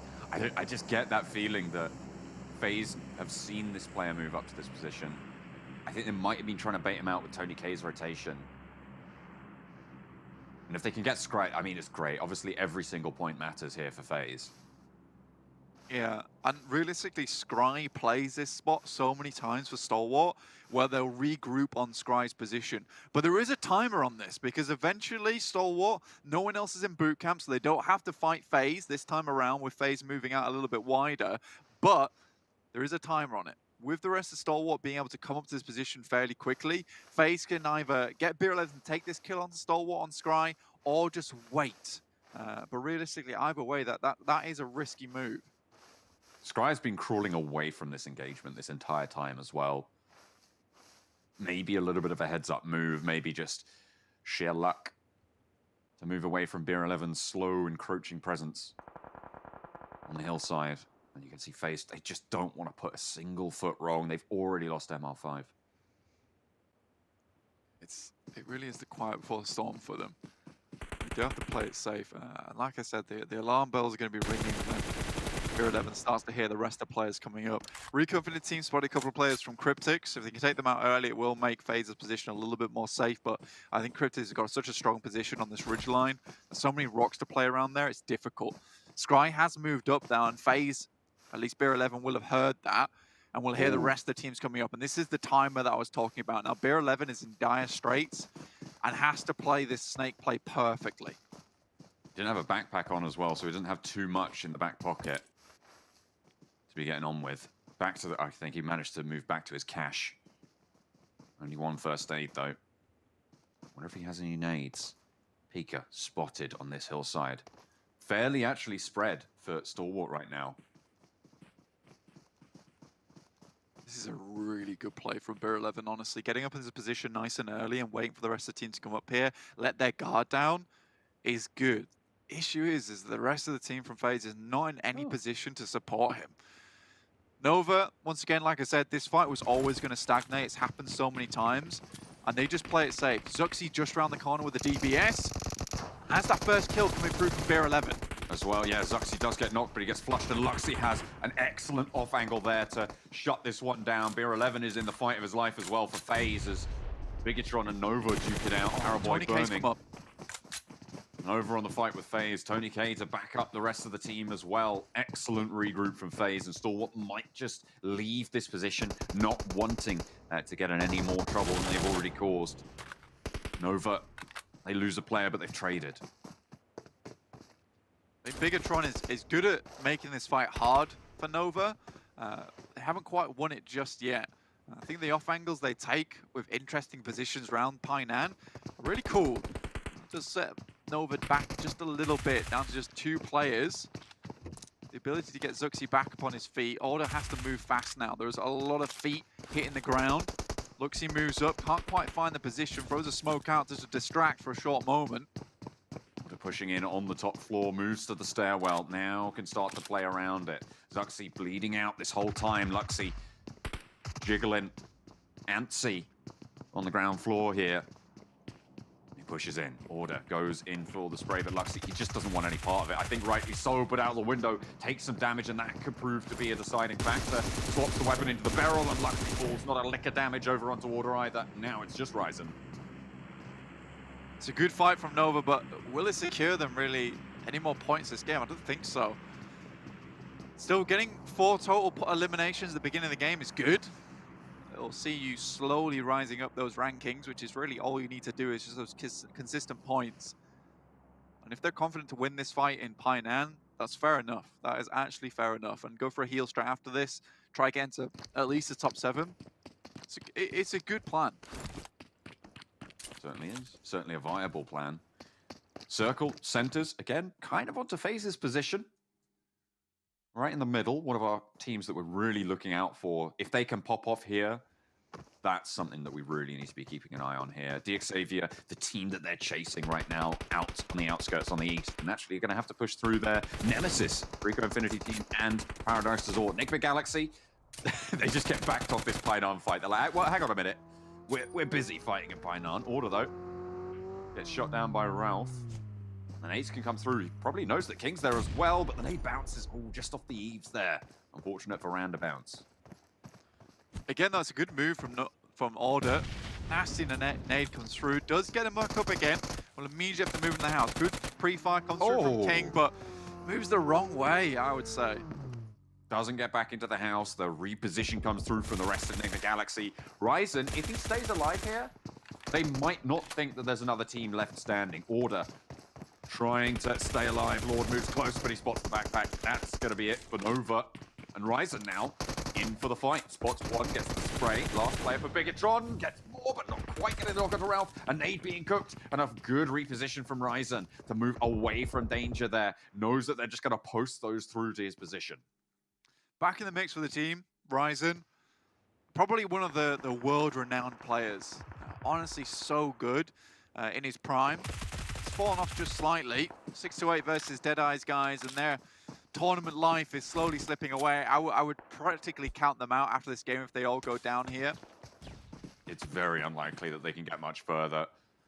There, one more falls, and the Deadeye's guys' time in this tournament is coming to a close with a nade to seal the deal. 6-8. Take the Deadeye's guys out of play. Ryzen taken out of play himself as Nigma Galaxy win the fight in Painan.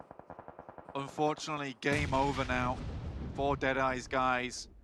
One game left to play, and it would have to be basically a massacre for Deadeye's guys if they would want to make it into the finals. And I don't think at this point in time they'd be capable of doing that on Erangel.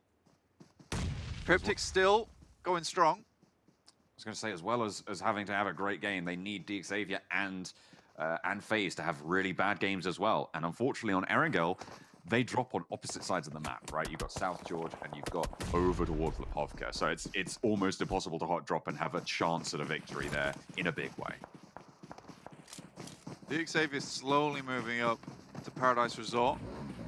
Very carefully though. There's only 2 players remaining in Paradise Resort with those postings. Good shots come through though. Excellent shots, in fact, from Fidan. And one of the players from Genesis Dogma. It feels like Rico Infinity team have just been going for these long-range engagements this entire time, controlling this range pretty well as well. poking out south. It's a 2-2 split, and it's working. I think when you get down to the rooftops of Paradise Resort, not only does it mean you have a lot of vision around the map, but it also keeps you safe from anyone that wants to get into Paradise Resort, because at least you have a lot of information nice and early. The Infinity moved out towards that western bridge, trying to hold 628 and Emma Shumburi at bay. 4 rivals, not dropping over towards Hut inside, instead drop up towards Cow, so they're not going to be kept at bay there. But again, moving very slowly, haven't quite made their way into the circle yet. And DXavier is being so cautious about it, and why not? They know that at this point in time, nothing's guaranteed, and they will have to keep this one tight towards the end of the day if they want to make it in. We've had a Bridgewater finish, and now we're getting closer to... Well, Bootcamp is in this circle, Blank. I don't know if it will finish there, but what a way to close it down on the last Sanhok of League play. If we get a Bootcamp finish, I'd love it. I'd love it a lot. Yeah, coming off the back of a bridge finish into a Bootcamp finish, damn. You know, PUBG Mobile gods blessing us with interesting circles. At this point in time, FaZe is quite happy, though. Haven't had to move too much, been able to hold on to this compound, which is the bottom of that hillside.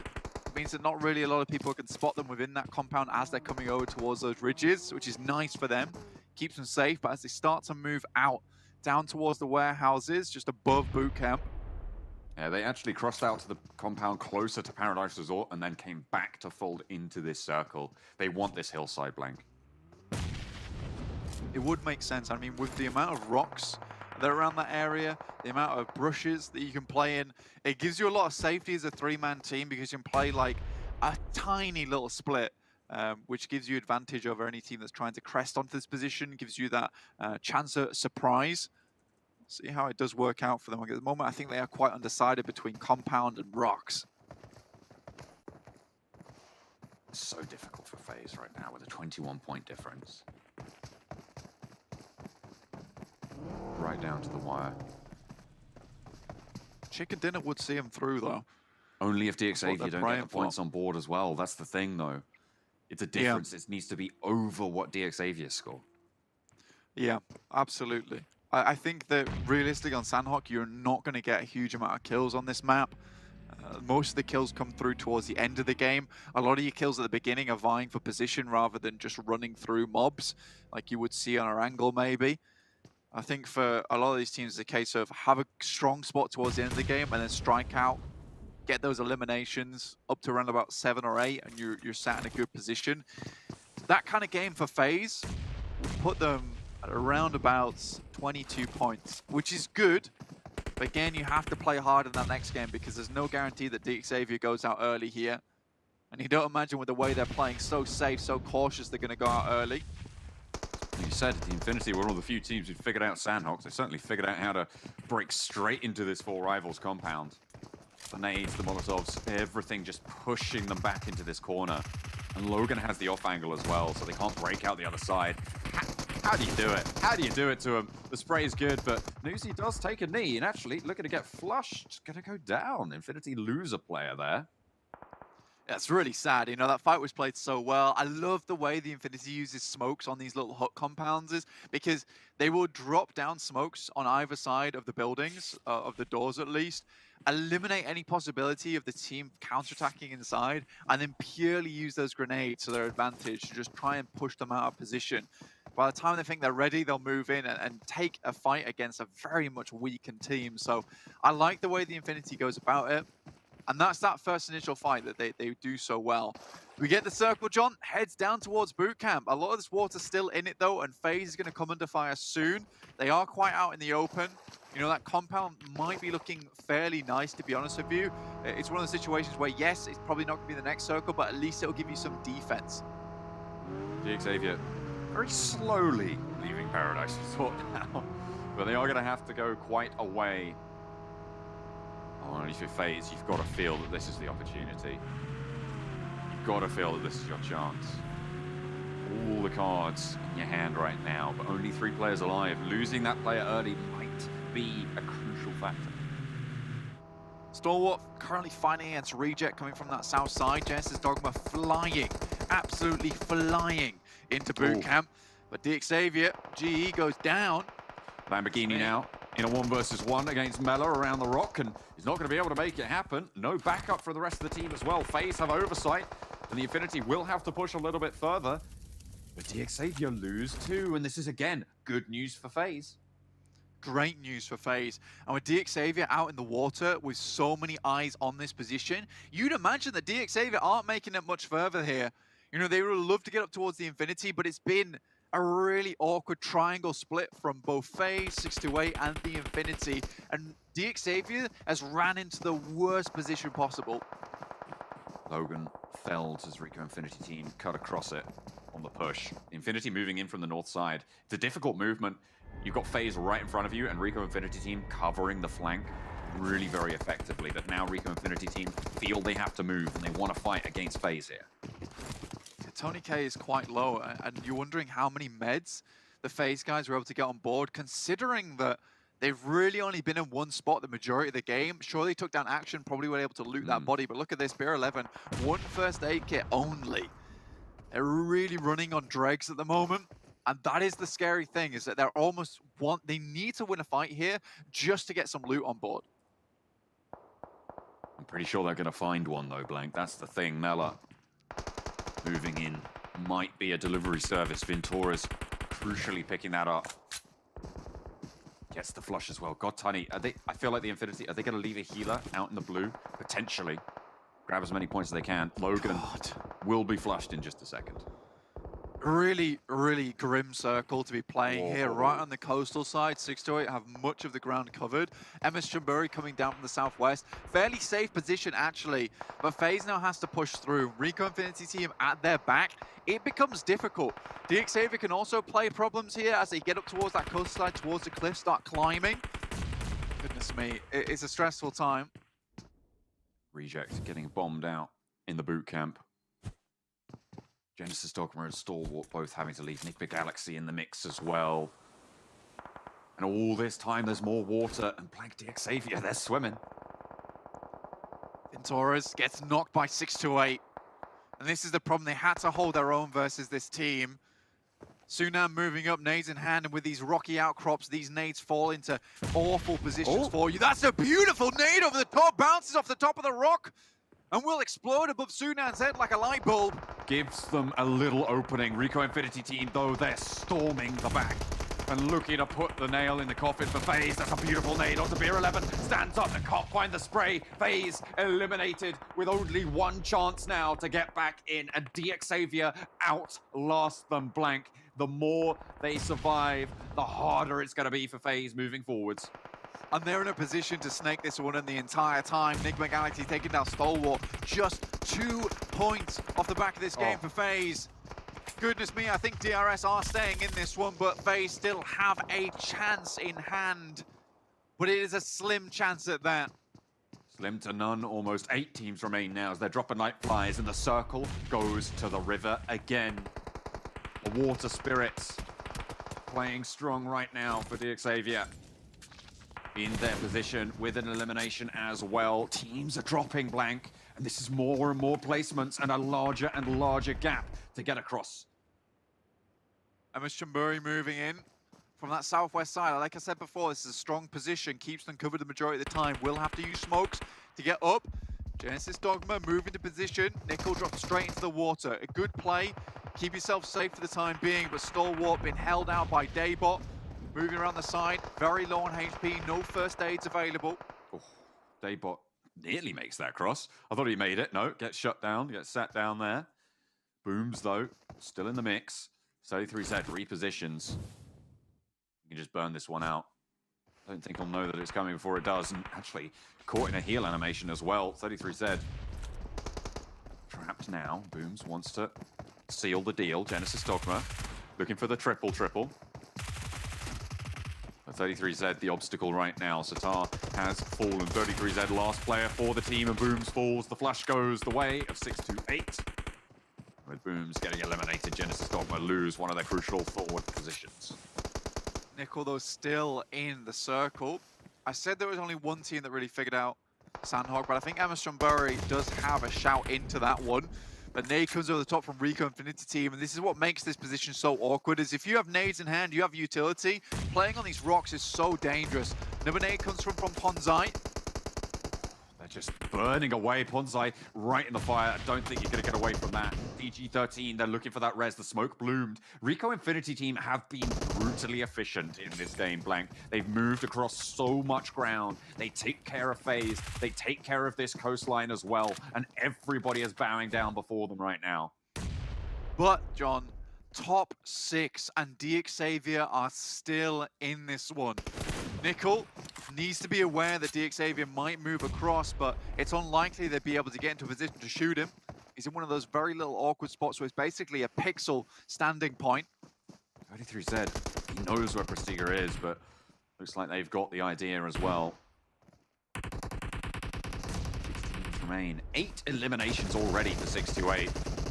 With MS Chonburi going pretty low, 628 will fall. The top 5 now for DXavier. This is brilliant news for them in their hopes to stay on up. And in fact, it might see them to be jumping up over Nova if they're lucky, who went down very, very early into this game, Blank. The differential might not be there, so the chase might be no longer between these two teams. Nova now at risk. And I think with DXavier holding on for so long, you know, it's happy days. It was a beginning situation which was so dire for DXavier, but they've managed to make this into a gift by dropping down into the water. Frankie should have heals on board, but this fight still rages on between MS Chonburi as well as the Rico Infinity team. I believe there is another healer out somewhere. I'm not exactly sure where, because we do have 5 teams. It's Nigma Galaxy, wherever they are. Of course it's Nigma Galaxy. You, Ralph, you scoundrel. Finally goes down. 4 teams now remaining in the mix of it. There's MS Chonburi getting cacophonies of bullets sent their way. NC2 falls, and now it's down to 3. 10 points guaranteed from placements to DXavier, as well as getting that elimination. Frankie will be spotted around this coastline, but will not be able to heal in the water. I would dive if I'm Frankie, because honestly, if Rico Infinity... Oh, I don't think he knows. He knows. Oh, he's been shot down as Rico Infinity team descends. And 3rd place for DXavier. It's great for them. Now Nickel, actually, with 2 players in the water, might be able to find a couple more points now. Does he have a nade? Can he pop it up over the top? SK Ton knows exactly where he is. Anas is down, but Prestigia is there. And I feel like there's not a lot you can do. Okay, SK, he just rises from the water. Rico Infinity team, they deserved that win. They fought hard. They played it perfectly. But the story on everyone's minds, and certainly my mind right now, Blank, is DXavier's points in that last game. It is so close going into this final game. I think that if you are FaZe, you are absolutely demoralized going into Erangel. Rough times ahead. I think the more sad thing about it is if FaZe was in the circle where it ended, they're in a great position to make it happen. But regardless, no. They go down early. Rico Infinity team at their backs just caused them so many problems, and they got crunched between. I think for FaZe, you know, having that strong spot at the beginning actually was their downfall. It was crazy though. I actually thought the Genesis Dogma might get the triple on the cards there, considering that everyone else on Rico Infinity team was low. So you might have been able to heal up in those final circles and just get the win that way. But SK Ton, you know, creeps up like a water beast from the depth and stabs him in the back. Yeah, I don't think he was expecting another player to be down there. But you're right, it did look a little bit dicey. I mean, if he'd have had a nade, he could have just popped it up the top and maybe been able to do something. But either way, great result for Genesis Dogma. Even better for Rico Infinity team. Both of these 2 teams were safe though, Flag. So DXavier coming in 3rd. Nets themselves, I think, 11 points. I think they had 1 elim in that last game. So they should be fairly close to what Nova were able to achieve after that fight over in Painan, getting wiped out by Nigma Galaxy on the approach. Yeah, it's huge news for DXavier. Now, I've had a cheeky look at the standings, John. I'm not going to talk about them though, because actually it's quite interesting. I'll leave that to the desk. But it's close. I'll put it that way. It's very, very close. I'm excited. I'm excited. Blank, you know what numbers do to me. I do, yeah. I'm so ready. I'm so ready. Catnip for a cat. We were talking about where the bubble was going to be for so long, and we were saying, 150 to 190. That was my sort of estimate. I think Imperium had an estimate of 180 plus or minus 10. That was sort of his, You're all wrong. His ballpark. This is a statistically anomalous result. This is number defying right now to be on the bubble at such a high points total. We have not seen this in any tournament of this format. This Super Weekend format has not had this high of a bubble ever. So we've got one game left to play. Let's head back over to the desk. Records are made to be broken, it seems, or at least statistical predictions, as we see here. It's coming down to the final match, and well, Nova fighting against BTR early, guys. Obviously, we could talk a lot about Reek Infinity Team taking a victory here with 27 points, but we really have to keep our attention to what happened with Nova and BTR there. Yeah, Nova decided to commit, BTR decided to also commit, and they got 3 limbs. It was looking good for Nova until Nigma Galaxy decided to third party. And I don't know what you think, Tarzan. I think that was intentional for them. I agree. If you could try and get rid of them, just third party the fight when it ends. Like, that's the perfect time to go for it. Here's the thing. I know Nigma Galaxy always have a shot stop, maybe close to Painan on their rotation, but usually that rotation happens around 5-6 minutes later. So I think it's intentional that they want to have a look at Painan to see whether they can pick up scraps, and they did. But what's so confusing is why, like, I think we talked about it a little bit, but like, why is Nova being so stubborn here? They're putting themselves now in a position where they might not qualify. Yeah. Like, that's the state of where they're at. They might not defend their title anymore, have a chance to. I want to see them change their drop on the next game. It's the final chance, and you know that they go for that wide Gatka split. That is the great opportunity for a team to drop as a 4-man and 1 or 2 players individually. Get rid of those players, and then your chances of a chicken dinner or to get top 5 are significantly decreased. So, yeah, I don't want to see more stubbornness coming out from Nova. I've seen enough of that already. We'll have to see. But another team that also is currently fighting to make their spot in the top 16 is FaZe. And you're talking about scraps that we're trying to get picked up by some of the teams here, Tarzan, but they should clear their backside. They got to make sure you get rid of Infinity, get rid of Rick Infinity also. If you don't do so, you're just trying to get scraps moving into the circle, but you're going to get nothing from that. Yeah, I mean, like, FaZe being a team who knows that spot very well, knows the potential spoiler play that they can deliver, but they did not pull that. I feel like the fact that they've lost one player really shifted them into playing a more conservative style, which didn't work out for them, right? So that didn't work out, meaning that they will need to get at least 28 points in this remaining game to tie with the side of Nova. So it's going to be very, very hard. To be fair, they need a chicken dinner as well, I believe. Yeah, they're going to need everything going their way. And again, teams could be dropping on top of them. I think a lot of focus obviously will be towards Nova here. But FaZe just needs so many points to somehow surpass them. And DRS, I mean, they have 3 teams below them with a 3-point difference. I mean, what? They would get 16th place at least. So it's not like they would be knocked out. But they would need FaZe to underperform here, go early to be confident that they're safe. Yeah, they'll be fine. I think that DRS, we can agree that they're going to be okay. It's too much also for FaZe to be able to overtake that position. But the big storyline for this final game, of course, is going to be Nova versus FaZe Clan. How is that whole interaction going to go down? We keep talking about hot drops. We had some of that, even though it's a hot drop that's been happening a lot between BTR and also Nova in Painan. Yeah, if you're one of the top teams that you see Nova as a threat, and clearly you should see Nova as a huge threat going into the tournament. They're currently still the reigning champions from last year's PMGC. You could end their story short now. Yeah. I think what's scary to me is, that you guys haven't, if you haven't been paying attention, haven't been watching to get the treasure box unlocked. That's a little bit scary because there's so many cool items for you to get permanently unlocked in your account. You can see, all you have to do is just follow and be watching on the Esports Center and here on YouTube. You can even click the rewards button below the stream on YouTube for some extra points.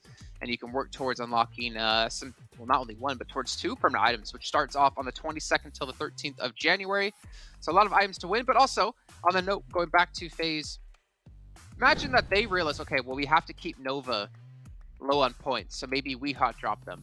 But maybe they drop onto where Nova are going to go, and then other teams wanted to drop onto where Nova are going to be, and FaZe can find themselves in a position where there's teams dropping on top of them that originally were going for Nova. Obviously, it's a stretch, but it is kind of players to think that FaZe, I mean, I don't think they would do it anyways. What's the point in trying to hot drop a team right now when you just need to focus on getting eliminations and getting a chicken dinner? And it's very difficult to take down Nova in recent times, but we're going to find out, and this is really rough. 17 eliminations and a chicken dinner for FaZe is what's Blank's saying. That's like almost tying the highest amount of points you've gotten from a single match as well. Yeah, I think it's what we had 2 games was 18 eliminations, so you're gonna have to almost tie for that record. And FaZe have the composition that they can make that happen, right? But we just have not seen them play at the standard that we expected from FaZe going into this tournament. So they're gonna need a big change of playstyle this game. They're just gonna have to be super confident, take fight after fight after fight, and clear out every single squad they see in their scopes. Like it's tough. It is possible, but for that to also happen, Nova need to have almost 0 points really. So you need the stars to align perfectly. Well, we'll see if those stars do align. We have to head to a break here. When we come back, we will be heading to our final match here in our Super Weekend. See you soon.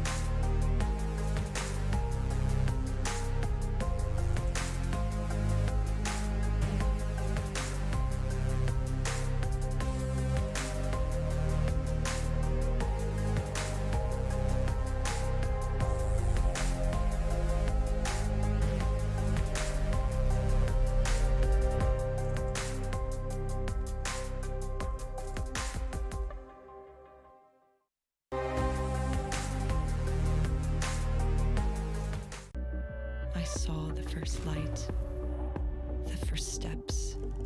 Now I see much more. I capture Earth in all its beauty. I see action. I see drama. And I see it in the finest detail. Moments of inspiration. And the first steps. I am the 1+9. Here we go. It's time to find out if FaZe can become diamonds. It'll just be a lump of coal in your stocking in about 6 days time. I don't know where I got 4 from. My math is clearly on the level of Maxman here. But either way, FaZe Clan, they know exactly what they need to do in terms of qualifying. At least a chicken dinner is on the cards that they need to pull off here. A large amount of eliminations, but they also need to hope, as we said before, that Nova don't score anything in this match, which you have to imagine Nova have to be in the mindset. And if they don't do this, I'm going to be really tilted. But just play safe. Just play for placements. You don't really need to get crazy. You don't need to go for any early engagements. Just play the number game, right? Play the smart game. Survive if you want to qualify. Okay, I feel like a broken record right now, but I'm going to bring back the point about hot drops. What if FaZe, knowing that they need not only to get a huge game with also a lot of eliminations on top, need to make sure that Nova don't get any points? Would FaZe maybe not be the one to actually drop on Nova, but they do drop relatively close. They go for Southern George Pole / crates. They could instantly drop there. There's a lot of car spawns in that position, and you rotate instantly towards Nova once you've looted up. That is a little bit of a stretch once again. We're going like in those big theory craft positions, but knowing how close they are and how they typically rotate, they could capitalize on that split from Nova early.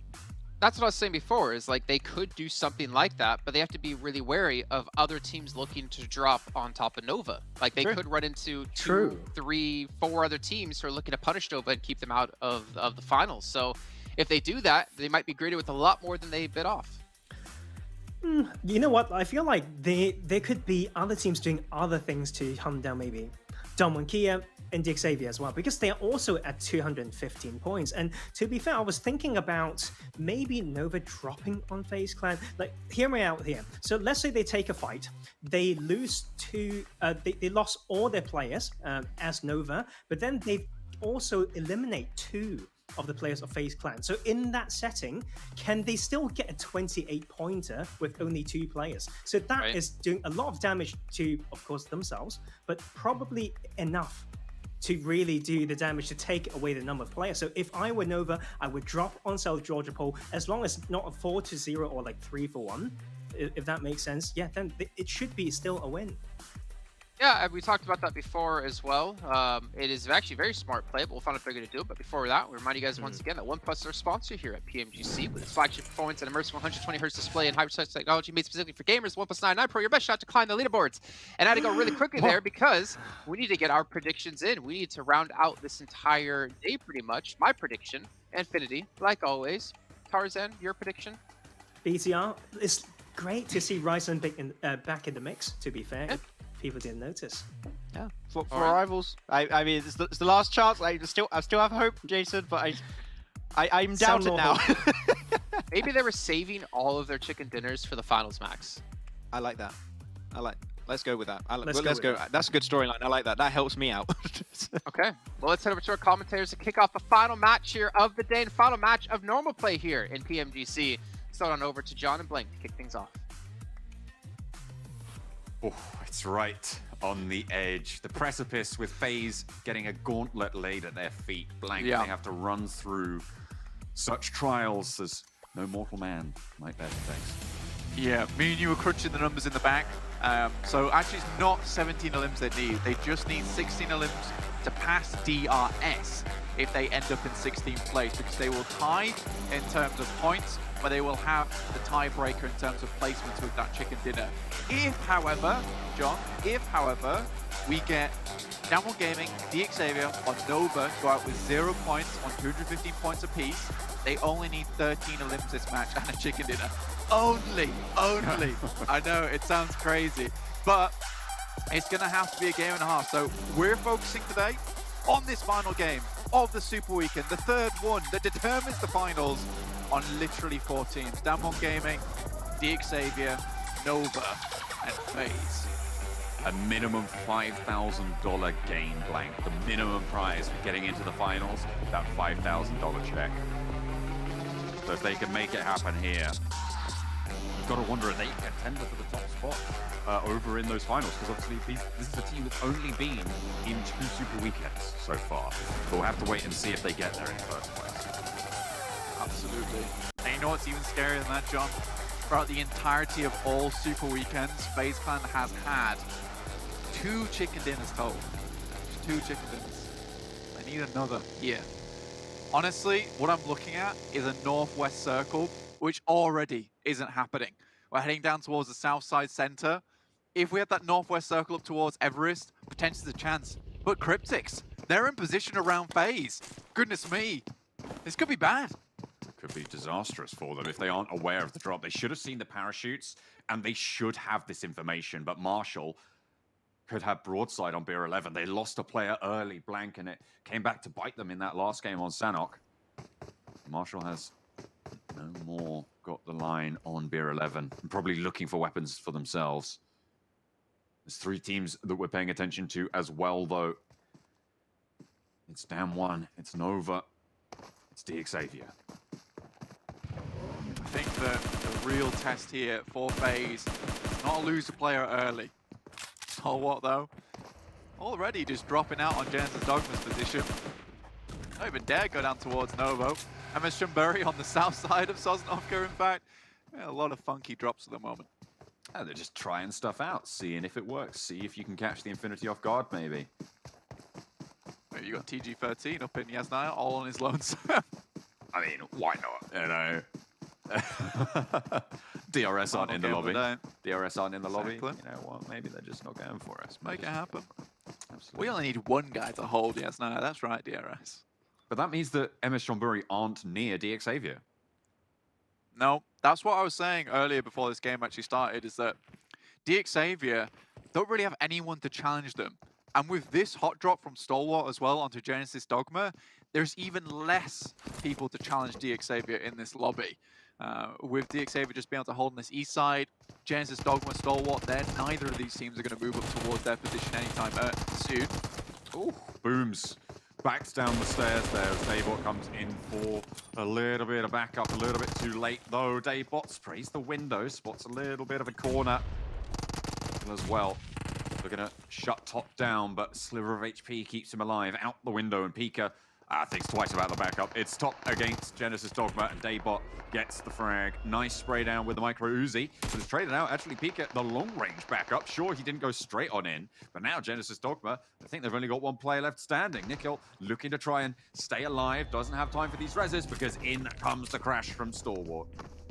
Funnily enough, if Stalwart are able to win this fight versus Genesis Dogma, it's actually good news for FaZe. Considering that, oh my lord, that's a gorgeous nade coming up the stairs from Pika. I think that the funny thing is that if Genesis Dogma go out as they have done, it means that probably the kings of Erangel are now out of the match, which makes things easier for FaZe in a way. It's true. And it takes some points away from the potential kill points that DXavier could pick up on those fights. If they were to spot an exit. I feel like Cryptics are going after FaZe, Blank. I have that feeling. They've surrounded it. El Chapo's outposted on the top of the mountain right now, on the top of Everest. And they've just got beads on every angle. It's funny because they have pretty much every single rotational path locked down. You have two players heading up towards Box Compound. You've got El Chapo on top of Everest. And you've got one player off towards the western side. So wherever FaZe goes, they're going to run into Cryptics players. Can they punch through that barricade, though?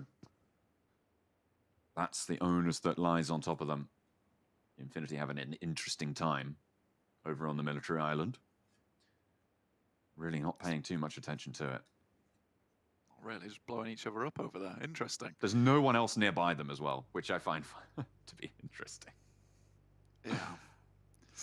Oh, it's so stressful. It's so stressful in this final match, and these first 5 minutes have been grueling already. But Mir 11 finds the first onto Marshall, and thus begins the elimination train. The first one found. And an opening as well for FaZe to rotate through. We said they had all of those roadblocks in. It's not going to be good. Down one Gaming, if they go down here blank, it could be disaster for them and great news for FaZe. They find one, but only a knock, and the flush goes out. Down one Gaming trying to cling on to the coattails. 215 points in the tournament right now. And they reposition. They immediately leave. Deadeye's guys trying to push forwards with Shifu. The nade finds damage, but nothing more. If Down One Gaming go out here, that drops the elimination total for FaZe just down to 13. So they don't have to have that much of a blast-out match anymore, but it's still a blast-out match nonetheless. The top of Potato Hill here, it's contested territory, and DXavier might also come into the fray. It's the battle for the bottom at the moment as Deadeye's guys, they're sending up. They want this fight. They want to go in. They want to find those kills. They know Sung's there. Darula goes down, and Shifu goes down as well, but it's traded out for one. Sung, Fabian atop the hill. They find a kill, and that brings them a point, and one step further away from FaZe's ever marching kill count. They are just on the precipice, but they still have Deadeye's guys to deal with. Frag Boy takes a huge amount of damage, but Fabian's making it look easy. Now it's up to Race. Make this happen. No, they can't get it done. And 4 points for Dam 1. That puts them up and over the top of DRS Gaming. They are safe now, Blank. Dam 1 Gaming, they can breathe a sigh of relief. It's over. It's finished for them. They're in the finals. Goodness me. Now, just DXavier and Nova to take a look at, because Down One Gaming, they've stamped their ticket. It might not be the elimination train, but they're on the finals train. Nova still no eliminations. DXavier, no eliminations. The only hopes now for FaZe, really. I mean, unless they can really start to fire out fast. Look at the number of players stacking up on the north side. Blank. If FaZe get these spray downs, it could be a massive amount of kills coming their way. Well, it's that chicken dinner, which is the real difficulty. 4 rivals, Cryptics and Rico Infinity team. Cryptics hit a massive one over to 4 rivals, though, taking the majority of them down, but I think that's Cryptics now out. Yeah, they are eliminated. You can see them grayed out at the bottom there. 0 points as well. Not really at risk at this stage. They are up and over DRS. And really the only team that can jump up into top 16 is FaZe. And only one team will slide down beneath them. It's DRS. So they're okay for now. But we're still watching out for any funny business. Anything at all. Anything that comes through. I'm going to take a look at here. Quickly take Last look over towards Nova once again. Checking out where they're going. They're around Pachinki side. Oh, goodness me. A Sosnovka finish of all things. That's a test. That is a test for FaZe. They're going to have to move, likely going to have to cross. Where do they go? Do they try and send for Ferry Pier in this situation? It's... Oh, man. I feel for the guys. You've got to feel for the guys at this point in time. It is stressful, to say the least.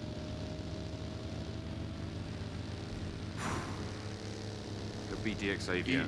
It could be DXavier going down as well on these crossings. You have to think that Nova now coming up to close position with Infinity. They're familiar with this bridge, but going the other way around, unfortunately, they've already crossed. And now they're having to go back. Order picks up a kill. Is that a point going over towards Nova? Not the flush just yet, but they are going to get it. And there we go. With that point, that leaves DXavier as the last bastion. The last hope for FaZe. 4 Rivals and Rico Infinity team still going at it. FaZe moving down towards 6 to 8's position on Quarry side. Like I said, looking to move towards Ferry Pier. 45 remaining in the lobby. Already 13 teams we're down to. That's me. Out in the blue, Fadan trapped behind this. 2 players from 4 Rivals. Still standing. That could be good. That looks on target, and it's perfectly placed, but it's traded out. The arc was already in. Anas now, 1 versus 1 versus Femburu. Rico Infinity team and 4 Rivals, both of whom already secured themselves that place in the finals. And the res, trying to get the res for Pemburu. I mean, this might be smart. Anas has to spend the time. Some Molotovs upstairs. Just a waste time for them. 4 Rivals sitting on top. It's a nice little cheeky position. Got a bit of information. Pemburu, though. Oh my goodness me! Both so low at this point in time. The flying man. Spicy. Pemburu out the window, gets that first aid off, and Ash has to do a similar thing. Fadan spotted out, knows exactly where Pemburu is, can get the flush here, and an Ash now drops down. It's his turn to fly from the eaves. Not going to be able to find it just yet. Looking to reposition, and up top, Pemburu finds the garage. Okay, I'm looking at the map right now, John, and this is stressful. You can see it down your bottom right. Yeah. FaZe up in vehicles, but 6 to 8 are waiting for them on the other side. So I think for FaZe, for the safest push, will be go down towards the south side of the map rather than hitting that western coastline. 6 to 8 can take shots, though. Pemburu takes down an ass to finish that one out. But already, the vehicle is blown up. 6 to 8 find some shots, and now they're all in the water. They got to swim this one through. And 6 to 8, they have eyes on. Luckily, Venturas is on a forwards position now, right? He can start to get up onto that mainland and potentially isolate some sort of area. But directly towards 6 to 8. Oh, this is not fun. This is not fun for FaZe. And this is their last chance. If FaZe go down, blank, there is no team that can change which 16 teams are going into these finals. They need those 4 members alive. I don't know how they do this. I think Vin Torres has to have the play of his lifetime, honestly, to get into this. Yu Yang is out of the way, but Vin Torres needs to get eyes on this position. Otherwise, it's game over for FaZe. DXavier have managed to make that crossing as well as the circle goes out to DXavier. Oh dear. FaZe have had a horrible set of circles to deal with now. Luckily for Vin Torres, there's only 2 players here, but Yu Yang, he's coming back. And Tony K is most likely going to die here. He took the brunt of the damage from that vehicle explosion. I don't think he survives this. And remember, not only do FaZe need to get into the final, they need to get the chicken dinner, they need a massive kill count as well. Nova, look at a Kareen across, and actually spreading out wide there. Got Tunny not really getting the spray down, not getting it good in either. King falls to the off angle from Mela, and everybody else from Infinity picking up the pieces. God Tunny didn't get the first, but by God did the rest of the team pick up the second and third. Nova, if they go down, it's still fairly good for FaZe, because it means that, you know, it's that 216 point mark, but Paraboy looking for another in God Tunny. If they can get these extra defeats on, if they can get more points, that keeps that barrier all the more out of reach for FaZe. We're out in the blue and swimming now. I don't even know what they're thinking they're going to do, but blank, I feel like we've just found our top 16. They head back to Ferry Pier. They're going to try and walk it in, perhaps across the mainland. Oh God, it is going to be a long, long search to get in, and Sunan still playing outpost on that western side. God, it's awful. It is really awful stuff at the moment. Ventura is really the only player that's made it in for FaZe, but I don't think he can carry the rest of his team on his back. He needs the rest of the team to come in. They should have some meds. They haven't really been in too much conflict now, Blank. So they might be okay for just a little bit. It's still Zone 3. They will have a little bit of onus on them, sure, but they've got to get away. Paraboy as well, getting out, trying to leave for Nova. Only one Elim still. And Jimmy's going to get flushed here. Godtani going to do the deed, but Paraboy had to send back to the mainland. He moved out. Fear 11's in a car. I don't know where they think they're going to rotate to. Maybe they can send it across and try and get through on the water side. But FaZe have been blocked out at every single turn. And they need the kills. They might even be able to get across this bridge, but Godtani's still there. Unless he's mounted up and started moving, Tony K making the death march. He's in now. This is perfect timing. Oh no, he's moving at just the right time. You're right, Blank. Godtani actually getting away. Tony K can regroup with Venturas on the south side here. He's low HP, needs to stop and heal up. C block might be the position to go for. One first aid kit available to him, but he needs to get into this circle. Good positioning around the side. Just about rolls it in. 6 to 8 behind them, though. I think that's the big problem. In come the rest of FaZe, though. Look at that. The regroup is in. The Infinity are going to know Tony K's here, but they are in with at least a chance of this fight. Venturas has been laying the ground. They know there's no one behind them. They can full face towards the Infinity. And this is a challenge. The top dogs in the lobby. FaZe with the tournament on the line. Can they stand tall here, Blank? It's just all healing. You can feel the desperation from this team to make it in. Logan's coming up the top side, and they're fully burnt out. MR5 goes down off in the distance. Venturas tries to go forward. Oh my goodness me. Paraboy is out, and that lowers the points threshold, sure. Down to 14 Elims now that FaZe need, and the chicken dinner with 3 players alive and locked horns with the Infinity. I think it might be too much to ask. Venturas also goes down to Liquid. Now just 2 players for FaZe. Tony K, Beer 11. If there was ever a duo to do it, this is them. But what is there to do? And with the Xavier racing away, these sights have to be set on Nova's position.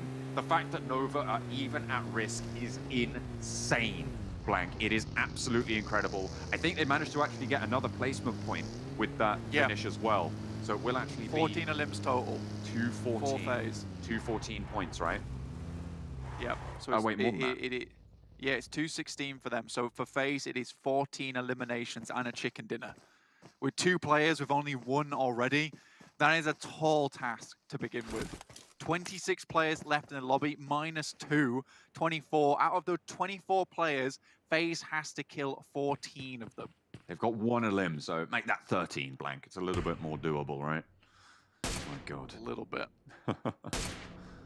Oh no. But they're not in a position to get these kills just yet. They need to sweep up and take on the Infinity to their northern side and pick off these kills against Bigatron. DXavier are holding out. It's looking almost impossible now. It has done It's for a sad while. because they're being stymied purely by the player count left in the lobby. That is what's causing them problems. It's not the fact that they don't have a chance for a chicken dinner. It is the fact that there is not enough eliminations available to them to make it. It's moving that way, certainly. Oh, God. Yeah. They fought so hard, and this is the worst possible circle that they could have asked for. Starting in North George, with an East Military Island finish on such a difficult cross, when you know that bridge is contested, I mean, it's heartbreaking. It's heartbreaking for FaZe and FaZe fans right now. Absolutely. DXavier still with 4 alive as well, so they're looking to see themselves in a strong position.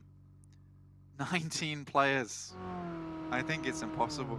I think it is genuinely impossible. 216, I think, is the total that 217, I think Nova will have got with their placement finish. Did they go down in 11th? I think they get a point. No, yeah, the scoring's on the side of the screen. They are correct, John. Don't worry. Yeah, but you get a point for finishing, and they had an elimination before that, and you get a point for finishing there. Yes. So they should be 2 points total, right? Which means that they should be up to 217 total. Phase now. Infinity. Give them 2. Go on. Infinity are down to 2. You're never going to find them in a weaker spot. Mela goes down. There's the first. Tony K low, but doesn't get knocked. And that could be crucial. God Tunny moving out. Sends to the rock. Tony K backs it up. 12 more to go. 4 phase, but DXavier with 4 players still alive. That is the real mountain to pass. I think that you need teams to clash against one another. But the alive count is just dropping.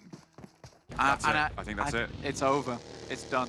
It's not possible anymore. And FaZe will not be making it through to the finals, despite making it so far here in their last match through probably the most difficult scenario, making it back to Ferry Pier, across the bridge, here and back again for FaZe. Yet it's not enough. Top of the hill. It's a fight, and Tony K gets knocked. Their push turns to ash in their mouths. Spear 11 trying to keep themselves alive, and the thing is, they don't know. They don't know that they're done. And they are going to keep fighting their hearts out.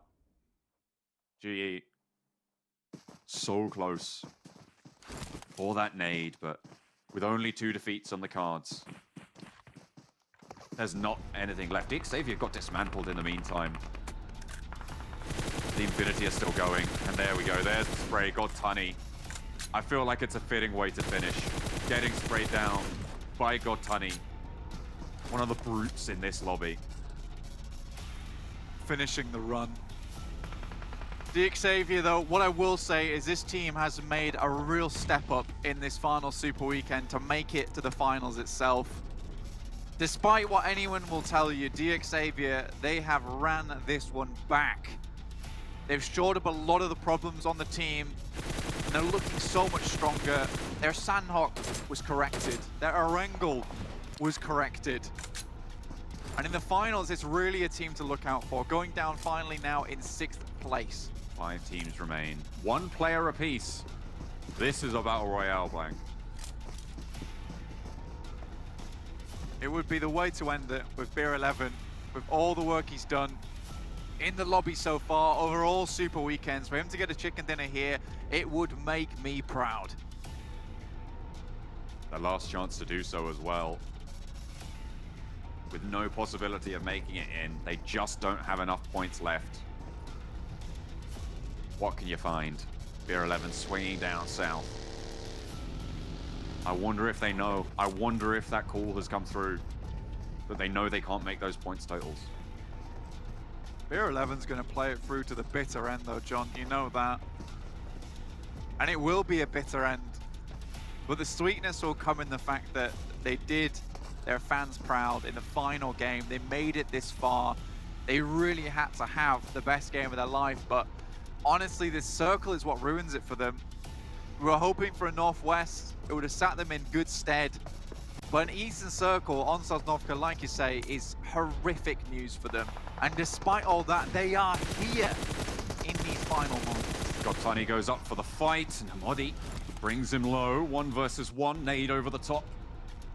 Could be really, really solid. Oh, he thinks better of it. Drops a nade, actually hears that one go. Hamodi breaks out wide. I think Godtani knows that this position has been readjusted. Goes for the push, Hamodi caught in the heel. The animation's there. Godtani gets that one done. Ragey now moves on in. Everybody's on the north side, and Blank, it could still be a FaZe chicken dinner. It could still be a FaZe chicken dinner. And like I said, it'd be the best way to end this tournament. With FaZe been so down in their luck the entire time, finally being able to stand up here in the final game, they'll at least go away feeling happy, be able to readjust, come back again, see what they can get done. But I don't think anyone expected FaZe not to get to the finals. I certainly didn't. I don't think anyone else within this tournament thought they wouldn't. Here they are. Got to know that there's a lot of solo players in this final circle. I don't think we've ever had 5 teams, 5 alive on a land finish. Look at this, it's bold up the top, and actually Beer 11 moves in, has an excellent side angle here onto this fight. Liquid far more concerned with Ragey, as is Ragey with him. Let's go through. Not sure exactly what we're looking at the moment. Everybody's just wiggling around on the ground right now.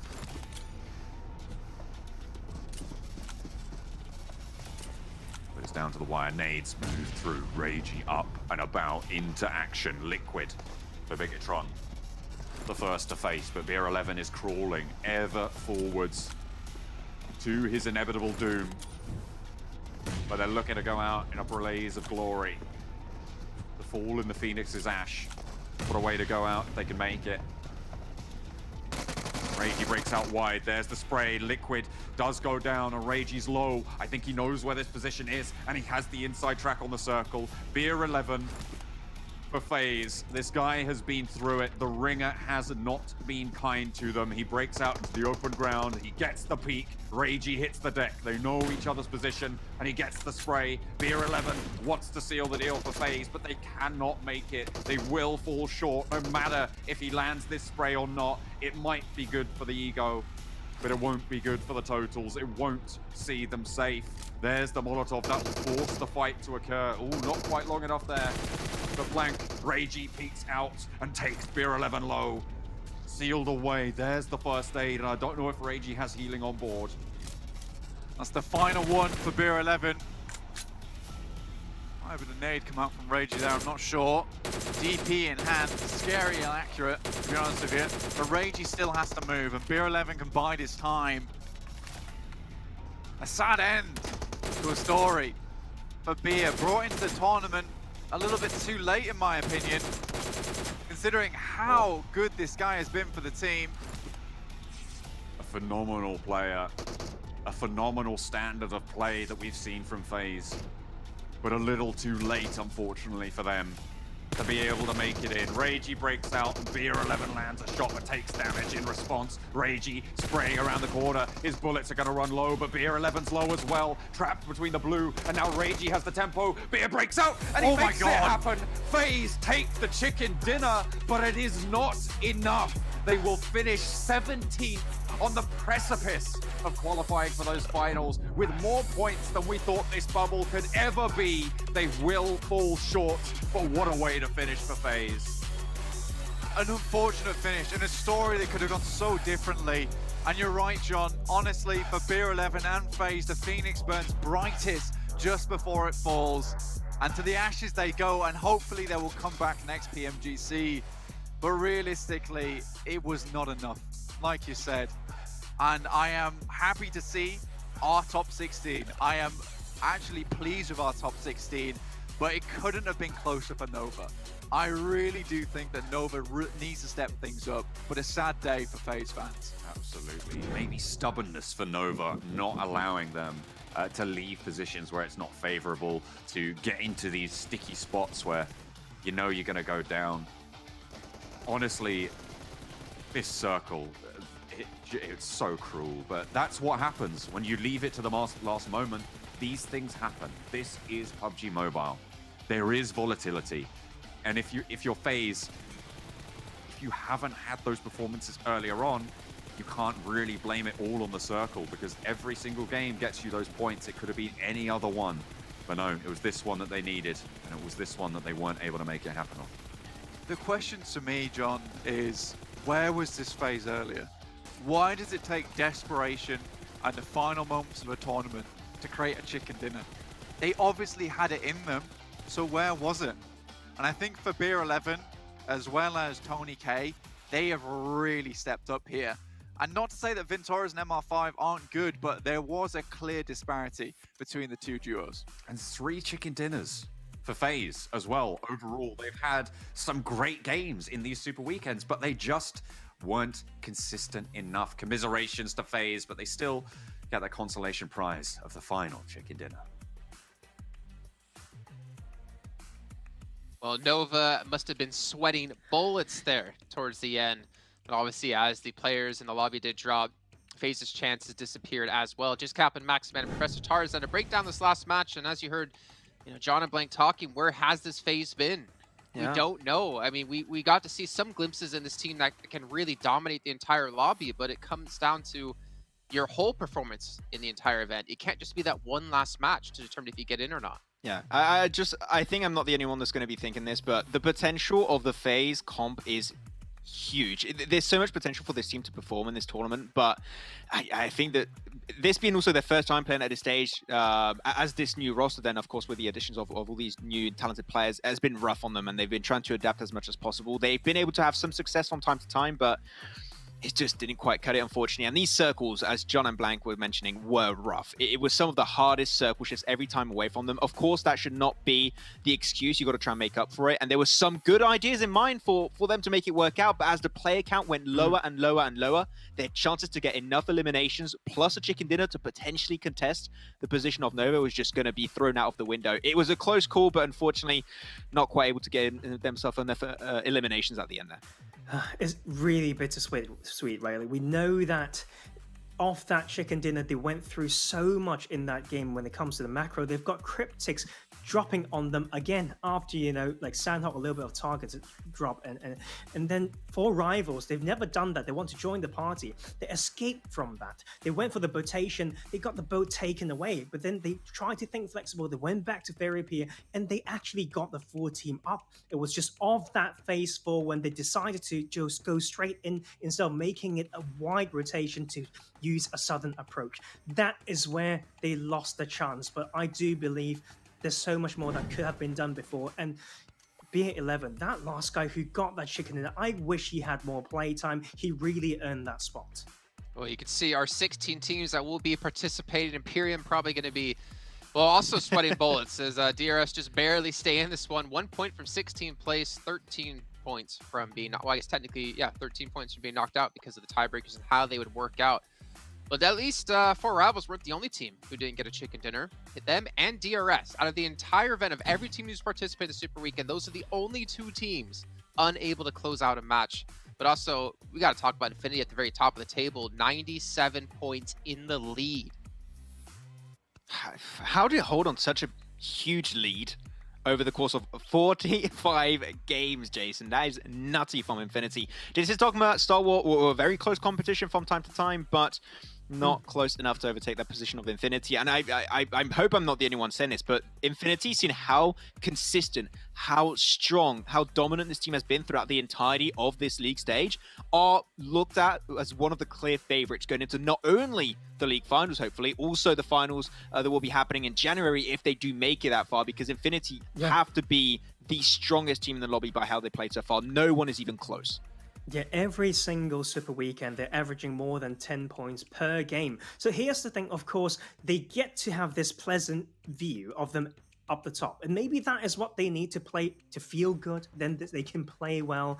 But that we can't rely on that anymore. We start from 0 in a few days' time, so that will be the thing that I'm going to look out for. What if they started with a little bit of a hiccup? That will be the challenge there. Well, looking, I mean, at this list, right? If you're outside of top 9, you better step up going into the finals. You have to be top 9 at the end of those 3 days if you want to make it into the grand finals. Where only 9 teams will qualify from me, 6 teams from West, and 1 team invited from India. And if you're a team that's towards the bottom of the table when it comes to that top 9, you better keep playing this well, and if anything, improve on that one.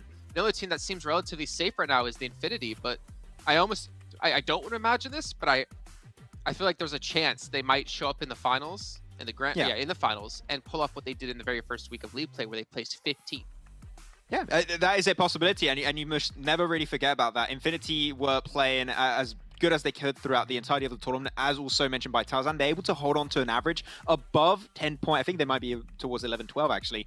Every single game over 45 games, if they even just remotely stay close to that average, top 9 is a breeze for them going into the league finals. That is going to be so easy for them to execute. But looking at the Super Weekend elimination ranking, 70 eliminations between God Turney and Newsy from the same team, by the way. Like, come on, these guys are cracked. 140 points between the two players. And our cutoff was 217. Like, just the 2 players. I think I almost want to say just the eliminations that Infinity had might have been enough to qualify them, or relatively close to it. Let's have a look. I think we have the stats right here. So 237 elimination They had points 217 was Nova, so they would have qualified just from elims alone. Insane. Wait, you said 234? 237. 237. So they would have been 9th or 11th place. DRS as well.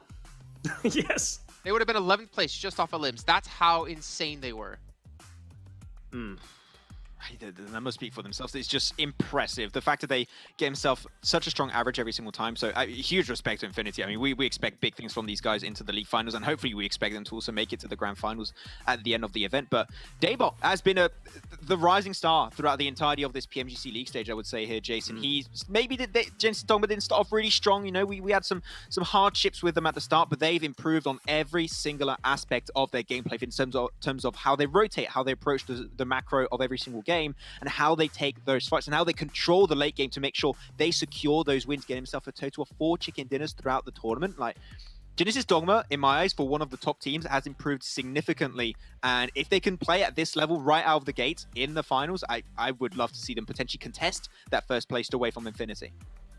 Oh man, I mean, like, they're on track to win the whole thing at this rate. I mean, again, like, we can never overstate how hard these lobbies are. These are the cream of the crop, the best teams in East, and yet they still almost had a 100-point lead over everyone else. They were still that consistent. They still got this many eliminations, just really showing this is the threat going into finals. Obviously, things will change up a little bit since it is a shorter format, but we can see here again the teams who have qualified, and you know, overall, like Blank and John were saying, relatively happy. I think one of the biggest things that stands out to me that makes me the happiest is the fact that we had Japan come back with reject after Bluebees last year, not make it into, you know, the grand finals.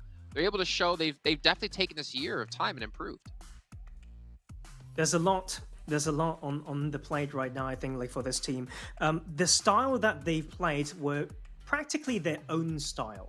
So against some of these other teams who actually have grown in a different way, Rejects just refined the way that they play. And of course, we always lean into saying that Miramar is the huge map for them, but I don't think is the case kind of anymore. They are just unique in their way. But when we look at how those points came in, is a lot of the early weeks that they have excelled, and maybe they warm up a bit quicker. So they still need to find a way to, you know, grow even quicker if they want to be in those top 9 positions. Yeah, and obviously with some time off now, I think with 2 days before we even get into those. Is it 2 days or technically 3 days? I mean, we come back on the 22nd, for the 22nd, 23rd, and 24th. So 2 days off to really refine anything they possibly can. Now, you guys at home, remember, we still have the treasure boxes happening. This first one will end off in 2 days' time before we get into the finals. So you got to be watching within the Esports Center over on YouTube. You can even click the rewards link or the rewards button under the stream here for some extra points. And then starting the 22nd, when we do get into the finals, we'll be having a second treasure box where you get even more permanent items unlocked for your account, even some special rewards in this one as well. And if this kind of maybe tickled your fancy for being competitive and wanted to give things a go, we have the PMGC community tournament happening with Game TV. It's open to everyone out there. You just got to go register to play, and you get PMGC tokens and even potentially some Google Play cards. So make sure to check that out if you guys want to give it a go. And maybe we'll be seeing you next year at PMGC. Maybe Maxman will be cursing your team, or maybe giving his blessing. Depends on if you follow him or not over on Instagram and Twitter. Is that right, Max?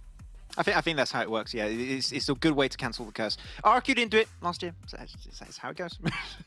Does Team Secret follow you now? I have to check. I'm not sure, actually. We'll have to be careful. Probably. They'll have to be careful. No, I'm just kidding. Tarzan, why don't you give us a quick little recap before we end things off, before we do send it to, you know, a 2-day break.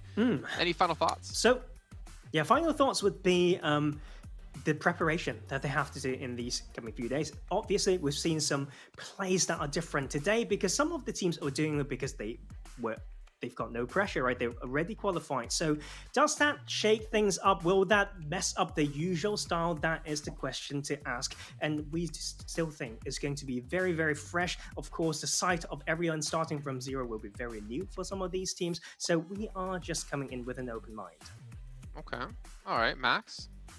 I'm really happy with how this league stage finished. I think a lot of people were saying that there's going to be another Chinese domination, which we are very far away from that. Let's not forget league stage from last PMGC. It was won by 4 Angry Men. This time around, we got Infinity, Genesis, Dogma, Stalwart doing really good. So I'm happy to see some top teams dominating the league stage. But the Nova prank's got to end, man. From the World Champions, we expect better than qualifying barely in 16th position. So I want to see Nova ready to go in the league finals here. Yeah, and even looking over into West, I mean, after this show, they'll be kicking off their final day of Super Weekend as well. And, you know, looking down the list here, you do have a 4-point difference between 16th and 17th place. Mad Bulls, team we got to cover, Max, recently, like, kind of at the bottom of the table, but there is a chance. Eastern Star is down there as well.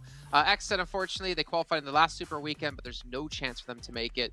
We'll be interested to see who's going to come out on top. They do currently have a lead of 6 points between Rise Esports and Alpha 7. Not quite like the domination we're seeing out of Infinity, but you know what? They got time, and they'll have time to see if they can do so in the Grand Finals kicking off in January. But ladies and gentlemen, thank you again so much for tuning in. Remember, 2-day hiatus. We'll be back on the 22nd to kick off our finals here at PMGC 2021 East League, and we'll see you guys then. Tells our story of survival, the challenge will never be over. This is the race, it's not the end. Can't see what's written tomorrow. Some call it fate, but one thing I know, this time I will be in control. I'm caught in the fray, but we'll survive the battle. One for glory. All our brothers and arms feel the fire. We're conquerors, never back down. The battle tells our story of survival. The challenge will never be over. This is the race, it's not the end yet. You've got to believe you can win. The world, it won't give you the time. It's now or never. We pick our arms for the battle. It's time to hunt, and one thing